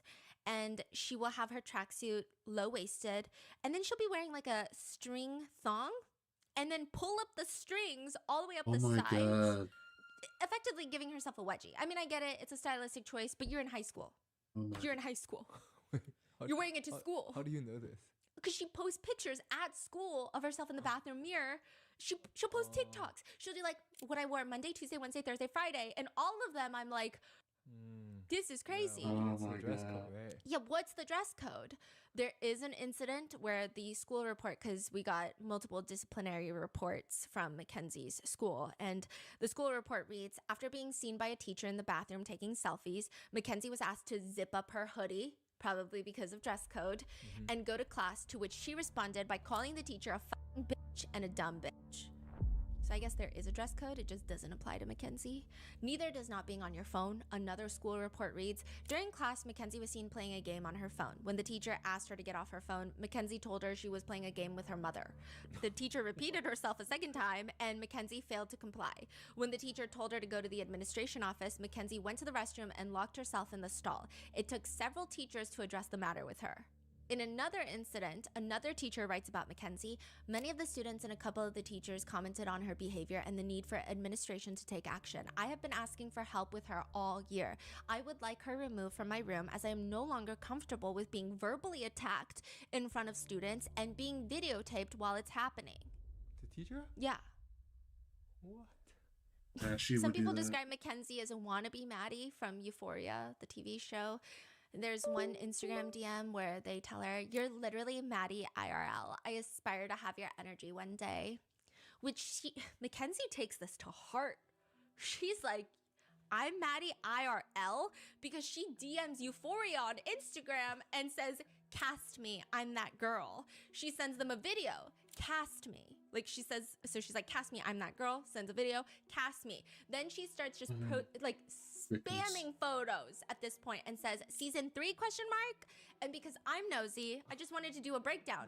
She sends a video and then she proceeds to send 17 photos What kind of photo? Just like Insta pics? Yeah, where she looks like Maddie from Euphoria, or thinks she looks like. Who is Maddie? Oh Just, my god. Just Who is Maddie? I mean, she's pretty iconic, yeah, but I don't think Mackenzie is Maddie IRL, right? But I do feel for whatever intern was handling Euphoria socials, they deserve a week off, because what the fuck is that? She also is just messaging photos of herself to Vogue Runway, to Vogue, to Balenciaga. She's just a very confusing individual. She says she doesn't like to body shame, but then she will go ahead and do that if she doesn't like someone. She says she hates racism and will call people out publicly for being racist, which is a good thing, but she herself will use the N-word in text messages and also extensively make fun of Asian people. I just guess... Wait, really? Yeah. Like what? More on that later, but like she's got some crazy beef with TikTok, and she's like, it's because it's run by them damn Asians. This is when it was ByteDance and not Oracle. I guess confusing is just not the correct That's word. crazy. It's like hypocritical, That's crazy. right? For example, according to one school report, Like I Mackenzie said, a allegedly lot said of to I another haven't said this student, before, but if I was a slave owner, a lot of stuff you see on social media by some people. Student name. But there's some people Who I'm like, assuming I is knew black, you back in the based off of days. this You're a allegation. not nice person. Mackenzie denies They're her acting saying fake that, nice on but at social least media. 3 witnesses claim She's that, that they heard her girl. say that. And We on all know topic that of person. racism, another student They act reported like that they're Mackenzie saints airdropped and them, angels so on like, social media. on their phone. When Like in an real life, they're airdrop. like, you're not that And it's person. a meme You're of a mean SpongeBob person. saying, I spy N-word with a hard R. Like, I spy a N-word with a hard R. This is a black student. When asked about it, Mackenzie said, oh my gosh, no, I was airdropped the meme. Wait, she's dropping it to A black student. That's crazy. Yes. And so then she's like, oh my God, no, I never airdropped it. Like, that's crazy. I was airdropped that picture. But it just didn't seem to add up, according to the school report. The meme was reportedly seen on the phone and directly attributed to Mackenzie. There are disciplinary reports from back in 2018 where Mackenzie got into a fight with another girl while she was walking to the buses. She gets into a fist fight. And another report in 2018 filed by the parent of another girl where they tell the police that they're scared that Mackenzie is going to beat up their child. The report reads, I spoke to my child who stated that while she was in 3rd period class, Mackenzie Sharilla called her a bitch and threatened to beat her up. She stated this was all over my daughter not giving Mackenzie a Dorito chip. She also stated that Mackenzie posted on Instagram last year a picture of her showing her forehead. The caption that she had was a big forehead. So just like bullying, you know? And, you know, Mackenzie allegedly tried to repost that picture today. So when authorities talked to Mackenzie about it, of course, she's like, well, no, she's the one that threatened to beat me up when I asked for a Dorito chip. Which like doesn't even really make sense because it's like, hey, can I have a Dorito chip? I'm gonna beat you up. Like you would just say no, you're weird. Yeah. She also states that the picture on Instagram, someone took her phone and posted it. Of course, she would never do that because she's a girl's girl. It's hard to say that Mackenzie was ever universally well liked, if liked by many at all. She says online that she doesn't like anything designer, but in 2019, there's a report of her stealing a pair of earrings from Kohl's. She was ultimately not prosecuted because the earrings were not recovered and their value was less than $20. And also another thing about really liking designer, she doesn't really like designer. She likes DHgate, which nothing's wrong with dupes, but she just like is so up in arms and has this superiority complex because she has a Christian Dior bag, but I can literally see her in her DMs on Instagram sending people DHgate links to where she gets her stuff. So she's like, I hate brokies, but then it's like, you can't really say that when you're, I only wear designer, I hate brokies, but your bag is DHgate. And nothing is wrong with a DHgate bag, but it's also like kind of weird. Yeah, hypocrite. Yeah. Yes. A lot of things are hypocritical. She I will don't know smoke none of weed these until things. she's DHgate, apparently what is coughing even up that? black stuff because she's essentially fast tracking her lungs to an early demise. But she's also super, super anal about sticking to an organic, non-GMO, gluten-free diet. Really? And why is she? Is there a medical reason? She says, quote, in a DM to someone, it helps my spiritual journey. What? I'm sorry. I just can't stand fake people. That is crazy. That is crazy. For those wondering, I'm watching a true crime Behind your podcast Get Ready With Me video is a great phone plan. of a wannabe influencer who was reckless and killed and She says, responsible to for be the death of honest, 2 I love people. fruit. so that's probably my favorite meal, just any fruit. She gets upset when her friends eat her popcorn because she only likes natural, all organic popcorn. But also, some people, you know, they would call her Baby Kush because she literally smokes so much weed and posts about it all over social media. And then that was her TikTok handle. So what's going on? She also rants about restaurants. You think their seafood is freshly caught? Like, none of it was. I don't want no farm fish. That's nasty as fuck. In another DM message, someone sent her a link to melatonin gummies, it seems like, to help her sleep. And Mackenzie responds, "Is it natural?" They respond, "Yes, babes, our brains produce it naturally." This should be a case study that organic food consumption does not make one brighter than the rest. Let's just say, if Mackenzie is going to have an anti-fan club, there are going to be people lined up around the block to be the president of that anti-fan club. And probably for good reason. She's just not really, objectively speaking, a great person, in my opinion. Am I telling you this in the context of the crash? Not necessarily, because legally it doesn't work like that. I mean, just because you're kind of a weird brat doesn't mean you're guilty of a crime. However, I do think that this is all contextual information that would be necessary to understand the case in its entirety and what people have been saying and why they've been saying certain things. After extensively researching, I can try to group up the 3 major groups of people and how they feel about this case. The first group of people, they obviously believe that whatever happened that night in the car, they believe it was an accident. Now, this is like the smallest of the people from what I could see anecdotally, just like surfing on Reddit, but I'm not a freaking AI data analyst, okay? I don't know. But it just seems like a smaller group of people that believe that it must have been an accident. Because it doesn't make sense, you know? They think that maybe Mackenzie suffered a medical emergency, passed out on the wheel, causing this accident. Or maybe it's like a car malfunction, and even though the police ruled it out, you never know. The larger masses, however, believe it was planned. Now, to what degree is up for debate. So the second group of people believe that Mackenzie planned this crash days in advance, that she was going to crash the car with Dom in it, and Davion just happened to be in the car, and she has no regard for anybody's life but her own. A few days before she turned 18, like that, people are saying is intentional. She allegedly, they claim, scoped out the crash site. Now, there is evidence that she was on that road previously, but people have interpreted that differently. Some people are saying like this was a known cut through. Other people are saying like, no, she was scoping out the crash site. So take it as you will. But they believe that she drove down the same road multiple times beforehand. She planned it to the T because she knew Dom was going to break up with her soon. And Davion just happened to be in the car. Now, the third group of people Do think... they believe Mackenzie is planning to be alive after the crash, or... I think there's subgroups of people. Some people think that she might not have had that foresight. Some people think like she probably does, because if evidenced by her social media of posting her driving and smoking, there are certain teenagers who live very reckless lifestyles and who believe that they are almost like physically invincible. Other people believe that she just like is such an emotionally volatile, evil person that she doesn't even care about her own safety. Interesting. But there's lots of nuanced debates that we're going to get into later, because her head was found under the dash. So some people are saying, oh, that's like evidence that she could have fainted before the crash. Some people are saying like that could have happened just because the airbags are deploying. Other people are saying she intentionally did it so that her face wouldn't get busted from the airbags, and she's a narcissist.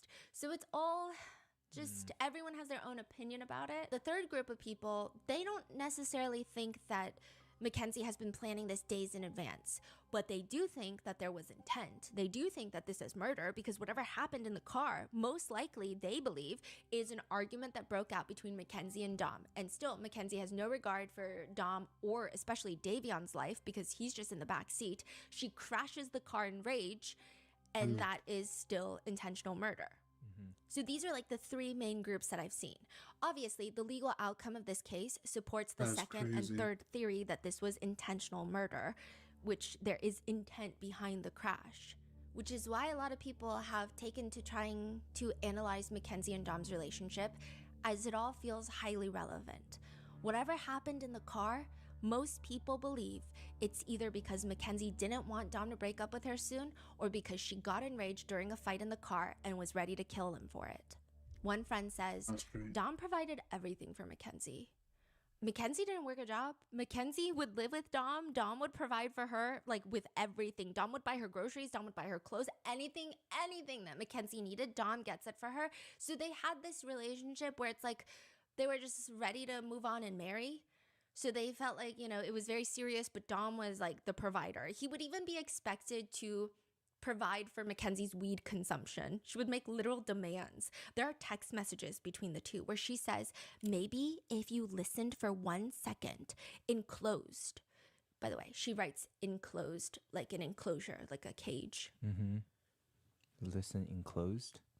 Instead of closed. Like she's trying to say enclosed your mouth, but she's saying enclosed, like an enclosure. That's a big typo. Just listen and close your mouth. Yeah, but she said enclosed. She's like, maybe if you listen for a second and closed your fucking mouth, you would hear what I was saying, but you just don't fucking stop going. I'm so fucking fed up with this shit. I'm giving you one more chance to give me weed or there's gonna be issues. I'm going to do a whole separate video, part 4 of this series. We're just going to go down pretty much every fight that they've had through text messages because it is a 31,000 page document with over 90,000 text messages that are highly relevant to this case. So that's going to be in part 4. So like a few episodes later, it's just literally just going to be analyzing the full text document and the journey of their relationship because there's a lot that happens through 2020, through 2022. There's text messages days leading up to the crash and all of the fights that are happening because there's a lot of explosive fights and you can really see Mackenzie's, I don't even want to, it almost feels abusive. Like you'll see a lot of things in that episode, but that's going to be in part 4.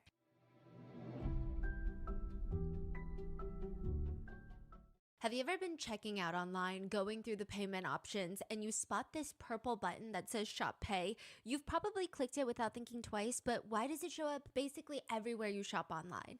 The purple button sitting at the checkout isn't just a convenience for the customer, it is genuinely converting sales that would have otherwise been lost. And when you're running a business or a small business owner, that difference adds up fast. When my family and I were selling my Grandpa Mango's limited edition art, we were just like newbies in this small business world. We wouldn't have been able to make our own online business or checkout without Shopify. They're truly the gold standard. Millions of businesses are already using Shopify, so whether you're just starting out or you've been at it for years, Shopify is built to grow your business and grow with your business. Next time you see that purple Shop Pay button at checkout, you'll know exactly what's behind it.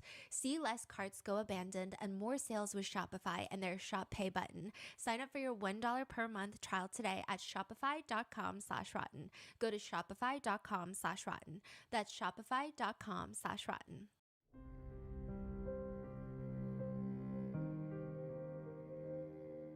Text messages from almost exactly a year before the crash, Mackenzie tells Dom, maybe when you can actually formulate a sentence yourself and not just repeat what I said last, I'll take this fucking conversation seriously. Whoa. To which Dom responds, WTF? See, I don't say anything mean. You just purposely try to say hurtful things. You say that I'm not going on vacation with you. You say you're not going to do anything for me anymore. Like what? You said you were going to break up with me too. Like that's all verbally abusive. When you want to fix this on both ends, let me know. Mackenzie responds, I'm allowed to say how I feel, and if you don't like that, then that sucks. Why would I want to go on vacation with someone that won't even give me 1 gram of free weed? Some people say that he's still down there. At the bottom of the lake. What was that? Little death. That's crazy. If you've seen his movies, you know he always comes back.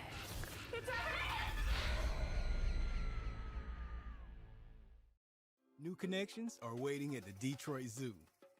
Fred and Barbara Herb Discovery Trails is an immersive outdoor experience for all ages to explore, play, and connect with animals in nature. Learn more at DetroitZoo.org. So this is literally just her getting mad that he's not giving her weed. He tells her he does give her weed, like free weed all the time, right? He's like, what do you always demand weed from me? I'm giving it to you. Like, what do you, she just responds, too bad because I don't want your whack ass weed anymore. I never want it again. What? He's like, so we're done over that? Is there someone else? Like, you literally got me thinking about quitting weed. And she blames everything on Dom. Now, a lot of people might take this as the truth, but I will say consistently over 30,000 something pages, this is like a pattern of Mackenzie. Anything wrong happens in her life, she blames somebody. So she says, how are you going to get me addicted to weed and then not give me weed when I need it? Like, the fuck? So fed up with your shit. I personally don't think that Dom got her addicted to weed. I think that, I mean, they're all teenagers. I think that she would have discovered weed regardless of Dom. I don't even know if he's the one that introduced it to her or if they both started at the same time. Like, she just likes to blame everyone for all of her problems. To which Dom responds, Kenzie, I try to tell you not to rip bongs at 6 in the morning, but you do it every day. And she responds, that's not the problem, hun. I give you free weed. That doesn't mean you can smoke as much as you want, Kenzie. You smoke like a chimney, and you're being mean as fuck to me right now. Even when he's trying to be level-headed and worried for her health, she's just kind of freaking out on him. She just kind of expects him to do everything for her, even emotionally be there for her no matter what she's feeling. And Mackenzie feels a lot of things seemingly all the freaking time. When Dom is going on a flight to California, he texts Mackenzie that it's really annoying because he's in the middle seat. Quote, I'm in between two people. I don't know. She responds, WTF? Yeah, right. So he's thinking, oh my gosh, like, she's feeling bad for me. I'm gonna need to know if it's a girl. He reassures her, it probably won't be anyone to worry about. I haven't seen anyone that is attractive at all. Just mostly weird looking people. One person who knows the couple says none of Dom's exes would even keep in contact with him because they all knew Mackenzie was kind of crazy. She's psycho, a little bit. But it seems like he's just expected to do everything, even pay for her. In text messages, they're discussing a potential trip to New York City. Dom is asking her, can you afford it? Which is like a completely normal question to ask because New York City is one of the most expensive cities in the US to visit, so it's a completely valid question. Mackenzie freaks out. Actually, maybe I don't want to go with you if you're going to be like that. I'm not going on vacation with you, so I'm done talking about this. Why are you literally being crazy right now? To which Dom responds, Kenzie, you're being crazy. She responds, Dom, I'm filling out a fucking job application while you're spamming me. Dom is just so taken aback. He's like, you're trying to make me feel obligated to spend thousands on you. She responds in caps, then don't, question mark? Which, side note about her filling out a job application, Mackenzie was fired from multiple jobs. Those who worked with her said that she was just like a shit employee. For Dunkin' Donuts, she had just gotten her hair done the day, I think, of coming into her shift. So the manager tells her, hey, you know, it's like part of the uniform. You have to wear the Dunkin' hat because everybody wears the Dunkin' hat. And like, you work for Dunkin', so you gotta wear the Dunkin' hat. And she is so offended by this. She's sending like voice notes to her friends and she's like, can you believe that they told me to wear the hat? And I was trying to explain to them, I just got my hair done, so I can't wear the hat. And the manager was telling her, you can't expect us to let you have special privileges and treat you differently from any of the other employees. Like, you have to wear the hat. Mackenzie quits on the spot, leaves a horrible review for the Dunkin' Donuts location. It's very interesting that she genuinely does not comprehend why it's inappropriate for her to be treated differently than other employees. The concept befuddles her. To her, it's just like, what's the big deal about a hat? Which, like, sure, maybe if it was one time, but she strikes me as the person to have a new reason every single time. Today it's the hat. Tomorrow it's the, oh, I can't help you clean something because I just got my nails done. Like, it's always something. One peer... Wearing a hat at a fast food restaurant, it's health code. What do you mean? So one peer tells officers later, I mean, she worked with my stepsister at Dunkin' Donuts for a little bit. That's all I know. And then my stepsister told me that she was a terrible worker. She was just rude to everyone. She just didn't care. She'll post on her Instagram stories a picture of a bag that's for sale, a purse. And then she'll DM Dom, this is a new bag. It's silver. He's confused. He's like, why are you posting it on your Instagram story? Just in case someone wants to buy or send it to me. LOL, okay. Babe, only $400. She also sends him a link to Venus Flowers, the Forever Flowers. And then she sends another link to a pair of boots that are $3,500. It's like $3,400 for a pair of boots. Dom responds, those are so gas. She responds, I want them. He's trying to be reasonable. The price tag on them is crazy though. Do you think you can walk in them? Mackenzie ignores and DMs him, post a pic of us. On IG? Yes. What picture? You pick. I'll see what I got. She texts him another time, I'm at Nordstrom's. If I see a Skims dress, can I buy it? But like, maybe the relationship is not always all the time one-sided. Maybe Mackenzie does a lot of things for Dom too. In one text message exchange, Mackenzie texts Dom, "I'm bringing home sushi and calamari for you." Dom says, "Bet." Mackenzie responds, "I got sushi from this place and they literally gave me the most gross shit ever." To which Dom is confused and he's texting her back, "What place? And what sushi are you bringing me? It isn't going to be gross, right?" Mackenzie responds, "Babe, I don't know what to wear tomorrow." So it What? feels like she's bringing him gross shit, like the leftovers. Even prom, Mackenzie says that she got a super custom, very expensive dress that Dom paid half of the entire dress. He even rented a party bus just for the two of them because everybody hates Mackenzie at school, so she had no friends to join her party bus. And there's videos of the two of them in the party bus alone, and it looks like Dom is doing everything to make sure Mackenzie is having a good time. He's singing for her, he's trying to make her laugh, he's trying to uplift her mood. Mackenzie says, "Everybody told us we looked like movie stars that night." And if Dom ever hangs out with the boys without Mackenzie, there's many a times where she gets so upset by that. She'll have these very smart Instagram DMs. "Have fun with a dick in your ass. Bro time." Like, if you think I give a single fuck about Blair, so Blair is Dom's best guy friend, okay? There was because Blair keeps coming up, there was this misconception on TikTok that Blair was a girl that Dom was cheating on Mackenzie with. This is not true at all. Like, Blair is a guy, right? And there is no indication that they were having any sort of romantic relationship, right? So just clearing the air on that. But she's saying, if you think I give a single fuck about Blair, you're wrong. It's okay though. Just deal with your super important bro time. Like, are you actually fucking Blair? Do you want me to pull up to your fucking house right now with a fucking bat? Like, fucking beat Blair's ass? Then he'll really be scared to come around. So be careful with who you choose first. Again, there's no indication whatsoever that Dom and Blair are romantically involved. Even though Mackenzie's overreaction of a message almost seems like something is happening, no, she's just upset because he wants to hang out with his best friend. To which Dom tries to calm Mackenzie down. "I'm not choosing him first." Mackenzie, ever so calm, ever the voice of reason, responds, "Because I will fucking kill him. On God."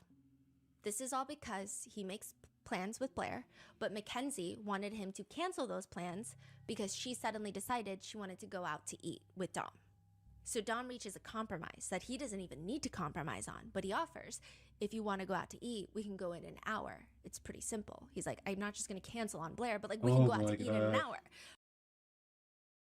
I'm not going to get into personal details, but I had a buddy that had a ex-girlfriend like that. Not just with me, but with anybody. Like, "Hey, Void, welcome. Hello, Void." Not with me, but I know it's a pattern that anytime, like, this is a person I don't see every day. So it's like once in a while we'll hang, like once in a blue moon, probably like once a month or something. Anytime that we'll plan to hang out or do something, she would constantly blow up his phone. And she'll say things like, "Oh, I'm not feeling well," and stuff. The guilt trip him to leave early so he can spend time with her. And I was a little annoyed at that. I was like, "Hey, man, whatever. Do what you gotta do." But, you look back, it's like, that person just wanted to. I think that person was just very selfish and they want to make everything about them. And I look back, I was like, yeah, that's crazy. I told myself, if I ever get in a situation like that, and I know someone's doing something like that, anytime I hang out with someone else, even though I tell them in advance, like, "Hey, I'm going to hang out with my friend or do something," and they do stuff like that just to manipulate me, I told myself, like, don't be that guy who just drops their buddy for a girl just because the girl wants to hang out, whatever. Don't be that guy. Because remember, you can't mistreat your friends, because if things don't work out, and you just disregard your friends and like abandon them, they're probably not going to be as willing to be with you in your downtime or if you break up. So, yeah, don't abandon your friends because you get into a new relationship. Moral of the story. Anyways, keep going. Mackenzie responds, "You're literally pathetic. His dick must be big if you like it that much. I'll just go with someone else who actually wants to be around me and cares about my health. Thanks for literally doing nothing." She's saying health because Emotionally eating, later. yeah. But it's like, Many of Dom's friends have reported that they don't really understand why Dom put up with Mackenzie. They all thought that he could do way better, with one of Dom's friends reporting to the police. One time we were in this candy shop, and this was after they had gotten over arguing and everything like that. And she was like, either buy me something or shut the fuck up. No one's trying to listen to you. He says Dom would always buy her designer, and she would always post on her TikTok as if she bought the designer, and she would call people out for like being broke. Side note, that seems to check out because in an Instagram DM exchange, Mackenzie is arguing with another person, and Mackenzie is telling them, mind your business. And they come back responding. And so this doesn't seem like an internet hater. It seems like someone who knows Mackenzie in real life. And they're responding, I'm just saying it isn't your money if you don't earn it yourself. I'm not trying to start shit. I'm just so confused on how you talk shit on people being broke, but you flex money that isn't yours and you didn't earn. For real, not trying to start shit, so you don't even gotta respond. Sorry, I was just confused and then realized you probably would take it the wrong way, so I deleted it. Sorry, LOL. Like, you can't say you're not broke if it's not your money. That's all I'm trying to get, and everyone agrees with me. Like, ask anyone who is real with you and honest will agree with me. And yeah, you're spoiled, and that's fine. Just don't go around calling other bitches broke when you don't even have your own money yourself. Please be more self-aware. And you say you hate fake friends, but every time I've been with you or hear about you, you're talking shit about someone. It's just not a good look. Mackenzie responds something along the lines of like, yeah, go work your Subway shift. Baby, you work at Subway. You're not even close to being in my league. I need you to stop texting me right now. They stop texting her, so she hits them back with, so that comment hit close to home for you, huh? And they respond, what comment, bro? All I'm trying to get at is reality. If you do not earn the money you spend, it's not your money, so don't go around saying you hate broke bitches when in reality, if Dom or your parents left, you would be broke too. You depend on other people for money, and the fact that you say you hate fake friends, but 80% of the stuff that comes out of your mouth is talking shit about someone else. If you don't want fake friends, don't be fake yourself is all I'm trying to get at. Mackenzie? Can't read some people like that. Never has a moment of self-reflection. Because sometimes, like, you can get into fights, but still have a moment of, like, maybe they're onto something. Maybe I should reflect. But she says, it's okay, babe. I would probably be mad if I was broke, too. And she says, baby girl, I need you to stop texting me. You're actually weirding me out. Like, we aren't friends and haven't been friends since sophomore year. Now stop being worried about my life and go worry about your schedule for Subway next week. She's just, kind of a bitch. I don't really know how else to put it. After this whole exchange, it appears Mackenzie goes to rant to another friend about it because she's DMing her friend about quote-unquote the haters, and the friend responds to her trying to comfort her. Ugly girls will never understand. If you're pretty, you're never broke. So what if your boyfriend pays for you? If I was her boyfriend, I wouldn't pay for shit because damn, what the fuck is that? Talking about how the way that person looks. Mackenzie continues literally, and she's trying to like talk shit on me like it's repulsive. Do you know how badly I wanted to say worry about your own weight instead of my pockets, but I didn't want to body shame just in case I'm gonna be famous soon and I can't be canceled. Oh my god. I don't like this girl. Insane. Yeah. Do you know when this was sent? Like a few months before the crash. Well, she did become famous. Yeah. Mackenzie is also the type of girl that absolutely hates when people copy her, or even when she thinks people are copying her, and she needs Dom to comfort her for the very big emotions that come with people copying her. She says, Redacted got the same wheel cover as me. Like, you know, the fucking pink fuzzy wheel cover? Steering wheel cover? Yeah. Mackenzie texts him, so fucking weird. Like, what the fuck? Question mark, question mark, question mark. Dom is like, do you think she knew? She def knew. How did you even find out? Even Chloe told me. I accidentally parked next to her, LMAO. Like, what the fuck? Dom is like, she's probably gonna be terrified. Because, again, that's how terrifying Mackenzie is. Just the fact that she found out that you have the same steering wheel cover, and she's gonna be terrified that she found out.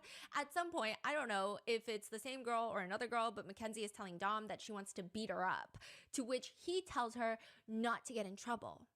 That's all he says. He's like, maybe not, because you're gonna get in trouble. Don't get in trouble. And she's upset. No, you were actually weird as fuck and do not talk to me. Dom's trying to explain, I just don't want you to get in trouble. He's like the voice of reason. But Mackenzie isn't having it. She feels like Dom worrying about her getting in trouble is, quote, let's not defend a fucking whore. You're actually weird as fuck. And you can go fuck her if you want to defend her, because I don't need nobody. I'm not defending her. It's weird as fuck. look, I mean, sure, she stalks you. Why are you going overboard on me? I just don't want you to get in trouble, and I don't want you super worked up over that. Like, she's obviously just super salty or jealous of you or something. Anyway, it seems like at this point he's just trying to make her feel better. And she's like, and you obviously got something on your mind with them long pauses. We're just gonna break up if I have to fight for you. What? Babe, I have no interest in her. I don't know why the bitch stalks you. Well, you low-key just defended her earlier, so are you sure about that? I didn't defend her. I just didn't think you needed to fight her. A lot of conversations seem to end with Dom being the voice of reason and yet giving up near the end of the conversation because Mackenzie will not see anything from any perspective that is not her own. Mackenzie is, in my opinion, about as agreeable as a fucking nuclear weapon. She starts messaging Dom on Instagram in the midst of a fight. If I fucking call you, you have 3 goddamn seconds to answer unless you're actually busy, which most of the time you're not. She continues to go off on him. You are literally a fucking idiot. You're about to lose the best thing that ever happened to you, and you're never gonna find anything better than some other cracked out bitch who just likes taking dick in her ass. You have until the end of day to actually fucking fix this, and I'm not telling you how. That's crazy. And if you don't fix it, then I'm moving on with my life, and I don't need you to be happy. You have 5 seconds to say yes or no, or I'm blocking you and moving on. 5, 4, 3. She's like sending separate messages. 5, 4. She loves her countdowns. 5, 4, 3, 2. Dom finally responds, let me type, damn. Mackenzie responds in all caps, I don't care. I'm so done with you. Type? Are you slow? Like, goddamn, question mark, question mark, question mark, question mark, question mark, question mark. So slow. It's going to be so hard to come back from this one, especially since you like to lie and fake apologize just to get your way. Literally a little boy. Like, I thought you were a man. Clearly not. Dom is clearly confused. Because, like, he doesn't know what's happening. He's like, because I didn't answer the phone? Like, I feel like you can't believe that I don't have any bad intentions. I fought for you so hard this past year. Are you for real? Like, I know you didn't type that in the 5 seconds I gave you. Like, that's what you say? Are you for real? N-word. You have 2 seconds to send that text. It better be good, slow-ass N-word. Like, holy fuck. Dom finally responds. You're flustering the shit out of me. It's hard to read all your messages and then send mine within 5 seconds. Like, damn. I don't care at all. Like, you're crazy for thinking I have bad intentions. Mackenzie responds in an almost unintentionally ironic way. In caps. You literally suck and just bring me down. I don't know. So she's blowing up just that he didn't answer his phone right away? In 3 seconds, yeah. Like, she's blowing up for, honestly, like, nothing ever. It could be anything. This is through Instagram DMs. So he wasn't responding through text in the way that she wanted. So then now she's come to Instagram DMs and she's just like ranting. And usually like it takes a minute because they don't really give context to the fight, obviously, because they're texting each other. But then once you figure out what the fight is about, it's like absolutely over nothing. And so Dom is responding, I do everything for you. I ask for nothing. You bring me down. You don't let me chase any of my dreams. You always say that you come first. Mackenzie doesn't respond to any of the things that Dom is saying. She says, I'm going to give you till the end of the day to apologize and figure out what you did. If you don't actually make this up to me by the end of today and make it good and make me actually believe you, then we are done and I'm moving on with my life. Kenzie, it's not me. I'm sorry, but it's not me anymore. You're doing this. You're making us break up. Yes, I know I'm doing this because I have standards unlike you. Now, this is your last chance because I will move on. If you think you're going to be anything without me, you are a joke. I would answer now. Kenzie, I'm not afraid of any of that anymore. Like, I'm all or nothing. I love you, but I don't have to be with you if you're gonna try to do this to me. Once again, she ignores him and writes back, or else you're gonna get blocked and I'm gonna start texting people. Kenzie, you can be with me or go. Is that your answer? So you're just not gonna make this up to me by the end of the night? I don't even know what I'm making up. This is ridiculous. Is that what you're saying? I have an answer. Is that what you're saying? You have until 6 o'clock or you're blocked and we're done forever. I will literally burn that fucking scrapbook, 0 fucks given. I love you, but I'm not doing this. This is crazy. I don't get it. Wow, okay, we're done. Last chance. I've given you over 3 chances today. This is your last chance to make things right and make it up to me by 6. Answer now, now, now, now. Dom is so genuinely confused by this, he asks her, did all my messages send?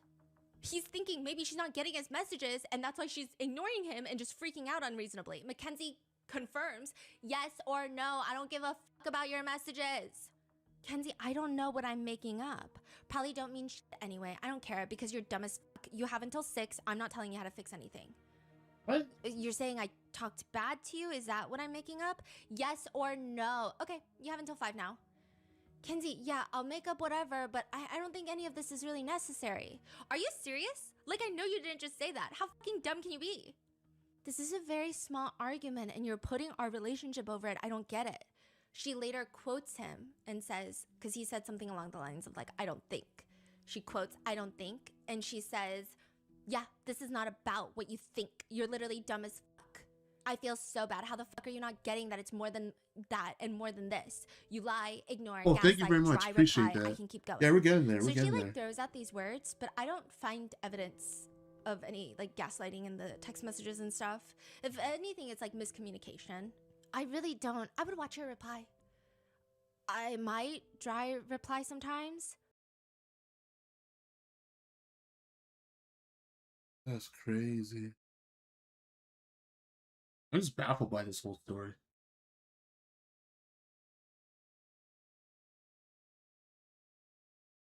The Ultimate Collectibles experience just leveled up. Hunger says building, testing, you iterating, can really and like most importantly, someone, listening to our but the incredible moment you community, start letting them we're proud to disrespect you like introduce that level and just rewards, a walking brand all new over you system like designed that, to reward every happens to moment them. you They spend don't on respect collecting you. and boxed. I know it's kind This of hard to update walk brings away, but 3 daily rewards sometimes you gotta boxes, pull that band-aid off and meaningful just walk box and away. battle streaks, I saw the young level man progression lost with his tons of life. It seemed like he genuinely 4. liked her. So it But this girl is definitely manipulative and very evil. went from 6 to 5 to 4. She's Taking like, you advantage gotta of make it this up to guy. me Poor by 4 guy. p.m. now. If this isn't made up to me by 4 o'clock, we're done. This is my last text message. He's like, I don't gaslight. I don't do any of that. I never intentionally ignore you. 4:30. Dom responds, this can't be every week, babe. Indicating that this happens every week. And after reading all their text messages, it's like multiple times a week, actually. It's really bad. She responds, you're right. Next time you do this, we're done. No explanations. He's trying to get it through to her. Like, I feel like you don't feel I love you. What the fuck are you talking about? Look, Kenzie, this shouldn't end our relationship. All I'm saying is like, I'll do whatever to make you happy, but I feel like you're being unreasonable today because of your stress over your toe and your nose and school. So like, I don't know what happened. This is me saying this. Like, I don't know what happened, but like, these seem like non-problems. Your toe, your nose. Like, unless you broke your nose. Like, why is she freaking out on it? It's so weird. If this isn't made up correctly by 4 o'clock, I'm blocking you and we are done forever. Your attitude will change. What Your is going attitude on? needs to change, babe. We're broken up until you decide what you're gonna do to fix this. If the timer hits 4 o'clock and nothing has happened, we are done. Your girl's attitude needs playing to change and games. I'll change whatever. I know you didn't just say that. This is about you. You called me with a bad attitude first, babe. Do you want me to break up with you for good right now? Because that could happen too. And then Mackenzie mass texts him. Do you want me to break up with you for good right now? Do you want me to break up with you for good right girl's now? a Do you want me to monster. break up with you for good right now? Do you want me to break up with you for good right now? She sends that 4 times. I'm not repeating it for emphasis. She literally sends the exact same message 4 times. And he tells her, you're being childish. I'm not entertaining it. So we're done? Is that what you're saying? You're not going to make this up to me by 4 o'clock? We're just going to go through the cycle? If you do not answer the fucking question, you are blocked and I'm going to start texting new people. Like, I'm so serious. Clearly, you don't even want a girlfriend. 5, 4, 3, 2, 1. Dom responds, why are you doing this? Like, I don't get it. I mean, we can make it 3. Like, this isn't love. If this is made up to me by 3 o'clock, if it's not, we're done. This isn't healthy. This isn't right. Like, we can make it so much better than this. You're right. We can make it so much better after you make it up to me at 3 o'clock. Make and what you're up gonna to do better. you? Until then, we are broken up. I would watch what you say from this point on because one thing that I said wrong will result in instant blocking and I will literally start talking to new people. Dom doesn't respond for an hour before Mackenzie DMs him again. I'm gonna take this as you're not making this up to me. Answer right now. Answer right now. Kenzie, if you want to be in my life, you will be. If you want to leave, I'm not stopping you. So you're not going to change your attitude and make it up to me? So you're not going to make it up to me? Yes or no? Kenzie, you have a bad attitude too. It's a yes or no question. It's a yes or no question. And this is about you, not me. Kenzie, no, this is about you and you're making it about me. You have a bad attitude, babe. You called me with a bad attitude first and I'm not doing this anymore. I love you, but I have to set boundaries for myself too. This is February 20th, 2022. This is the person that gets off 5 and months making later, someone miserable. Dom will be dead. Now, I'm not singling out this like one toxic fight that happened months in advance where Mackenzie is clearly suffocating Dom over and over again, not respecting his boundaries. But I'm emphasizing that this happens multiple times a week. Like it even, okay, when you go to part 4 where we go through the text messages, it would be like a 5-day long video for me to recount in full every single fight that Mackenzie starts. April 2022, for example, it happens all over again. And this is just from their Instagram DMs, okay? Because the text messages are in part 4. This is from their DMs.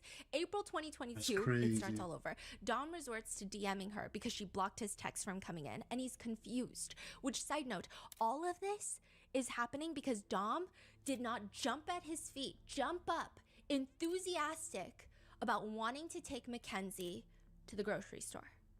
She says, I want to go with you, but I want you to try without me telling you you have to try. You only try when it's too late, so now it's too late. He responds, when was I not trying? We've been doing this all day. I don't care. No, you have not. Why would I want to be around you after you just did all this bullshit all day? What have I done? I've only apologized over and over again all day while you called me names. You have 2 minutes to be at my house to take me to the grocery store. 60 seconds. 45 seconds. Okay, I'll be on the way in a sec. Then he DMs again, on the way. Then he DMs when he shows up at her house. Here. Even just 2 months before Dom and Davion are killed, they're in another fight through Instagram. And side note, by this point, Mackenzie is essentially living with Dom. She's 17, her parents have let her move in. But this fight, Dom tells her, Kenzie, I'm not gonna talk to you till you acknowledge what you did wrong. And side note, I don't want anyone to be under the impression that I'm taking creative liberty in the tone of Dom's voice, because there is a video fight of them. And most people say that Dom was like a very chill speaker. He never is yelling, screaming. Kenzie is always yelling, screaming. So it's not that Thanks like for the follow. I'm Appreciate trying that. to phrase Dom's voice to be more passive. Like there's a literal fight where she is outside banging on his door, and this is how he talks. This is his cadence. He's always trying to diffuse. He's never flipping out. There's one part where he does raise his voice at Mackenzie, and Mackenzie intentionally records it, but it almost seems like the man is so frustrated. Like he's like, stop, like don't stop, don't talk, like you're saying disrespectful shit, like stop. If anything comes out your mouth that's gonna be disrespectful, instigating, or anything at all, like I'm whipping this car over, okay? And you are getting the fuck out immediately. I don't care where it is. Do not say anything that could piss me off, okay? You know what the fuck could piss me off. Just don't say a single fucking word. But this fight, it appears that he does not want Kenzie at his house because she's being rude and mean to him, which is completely understandable and a healthy boundary to set. But she argues that he's holding his house over her head and she's not going to let him do that. Which, side note, she does not pay rent. This is not her house. She doesn't pay mortgage. She's not on the title of the deed. It's also not like he kicked her out of nowhere. She could literally just go home to her parents where she should probably be living. Mackenzie escalates the fight. I'll come today and take all the shit I got right out of that house. So she's like, fine, I'm moving out for good. Kenzie, I'm not doing anything. Like, you have been being mean to me and have not stopped since this morning. All you have to do is apologize to me about how you're saying hurtful things. I'm done listening to this bullshit, and I'll talk to you when you're in a better state. And no, Kenzie, I'm not holding anything over your head. I don't want you here if you're acting like this. So you're saying that I'm not allowed to come to the place I sleep at every night? Yo, no, who I Kenzie, draw? I'm drawing told you that you can talk Cat to me from when Pokemon you say sorry, Champions. and coming here is She's part like of it. the So you're holding it over person my go head is for what the you're saying. Pokemon roster. If you can't Yeah. apologize or realize what Pretty you did cool. wrong, I don't want you around me. What In we're my not style. gonna do is hold the place that you say I could stay at whenever I want over my head. She starts a video chat. He does not pick up. Mackenzie goes off, to which And Dom we're says, slowly cornering you Kenzie, in. I just don't want you to come here and have problems. I'm doing the mature thing and avoiding petty conflict, and if you cared, you would have stopped too. Kenzie does not listen. He's trying to de-escalate. She says, we're not going to play this game. I'm not letting you hold a place that I How are live you in doing over today? my head. You don't even care enough to be replying fast. Do you do art yourself? No, Kenzie, I don't want you here because I don't want conflict, and you never said sorry either. I'm not going to apologize for doing nothing, and I want to come over to eat, not to talk to you. I'm just going to sit on the couch and ignore you, but there's you holding it over my head again. You can let me come over and eat, or you can bring me all the stuff that I brought over to your house and we can be over. Approximately 3 minutes go by. Dom hasn't responded, so Mackenzie writes, not sure why you're being dry and not responding. Dom responds, I mean, you did call me the R word, called me a pig, said a lot of nasty things, and now you want to come eat my food without apologizing. Let me know if you're going to keep holding it over my head or not, because I will just get all the pots and pans and stuff I brought to your house right now. I'm not trying to hold it over your head. If you can't respect me, how do I expect you to respect my house? He says that there's still coffee on his door from her, which seems like he's saying like she threw coffee and there's coffee on the door. But she ignores that and says, like I said, I will come get everything that I brought over. And holes in my wall. The holes in your wall are not from me, so are you not letting me come? What does holes in the wall mean? Punch? Yeah, or like throwing things, I would imagine, yeah. And so Dom says, if you can't prove to me you're gonna respect me and my home, or at least the very least apologize, I don't want you here. Like, if you want me to leave your things outside, I will. To which Kenzie says, you can put everything in a box then. If you're not gonna let me come to the place that you said I could always come, then put everything that I brought in a box and I'm coming to get it. If you're not gonna let me stay at this house, then we are done. I'm not going to be in a relationship with somebody that likes to lie and tell me things that are not true. You are making this so much worse. No, How did she put it on him? Yeah, I If really someone suck give at you a that. place to That's stay, now okay. she We also Yeah. start turns somewhere. around, make it. I don't. That's Holding it over her head. Do you have an art account? Yeah. Do you post any very artwork? manipulative. I think sometimes I do have the problem with a lot of these encounters between Kenzie and Dom being categorized as toxic, in the sense that I do think that if the roles were reversed, I don't know if we would be labeling these fights as toxic. I think we would be much more easily labeling them as completely abusive. Abusive for This sure. is Hobbiesville, one of Canada's 100%. biggest Sorry, I'm and watching a with over 100,000 items in our podcast, but the stores, audio's we not have on all the TikTok newest drops. because restrictions. But I am streaming on Twitch and YouTube. You can hear the audio on there too. Now I'm too embarrassed to do that, but I probably will make one someday. You know what? You should just. I find that you shouldn't be embarrassed. Just post your work, and you can use it as a way to see how you grow and improve. Like, there's no perfect time. There won't be a perfect time to set things up. You just start. That's what I did. Before I used to be nervous, like, oh, I don't want to post my stuff. People are looking at it and say it's bad, blah, blah, blah. But honestly, you just gotta start. Because at least when you're doing that, you'll slowly be able to find your audience. You start to develop your skills, and you know what you like. And it's like practice. So when you do feel like you're ready to show off like crazy artwork and you want that engagement, you'll already have that skill set built up. I think it's good just to post no matter what. Sometimes it's okay. Just post it.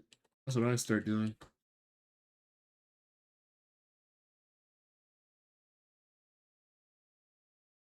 You never know.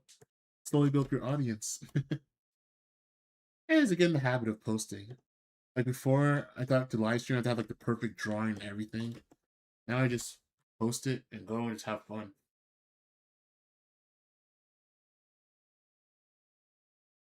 My video froze. Hold on. I'm just gonna refresh this.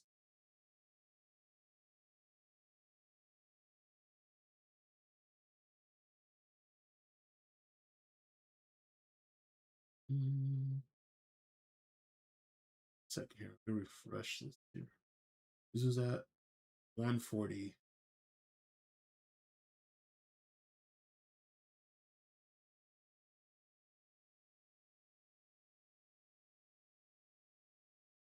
That is weird.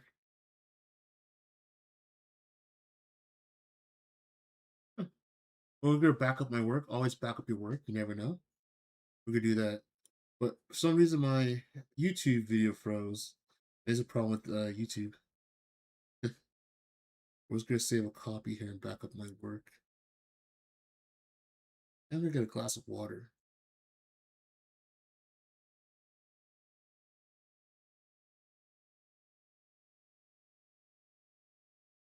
Okay, I'm just gonna reset that.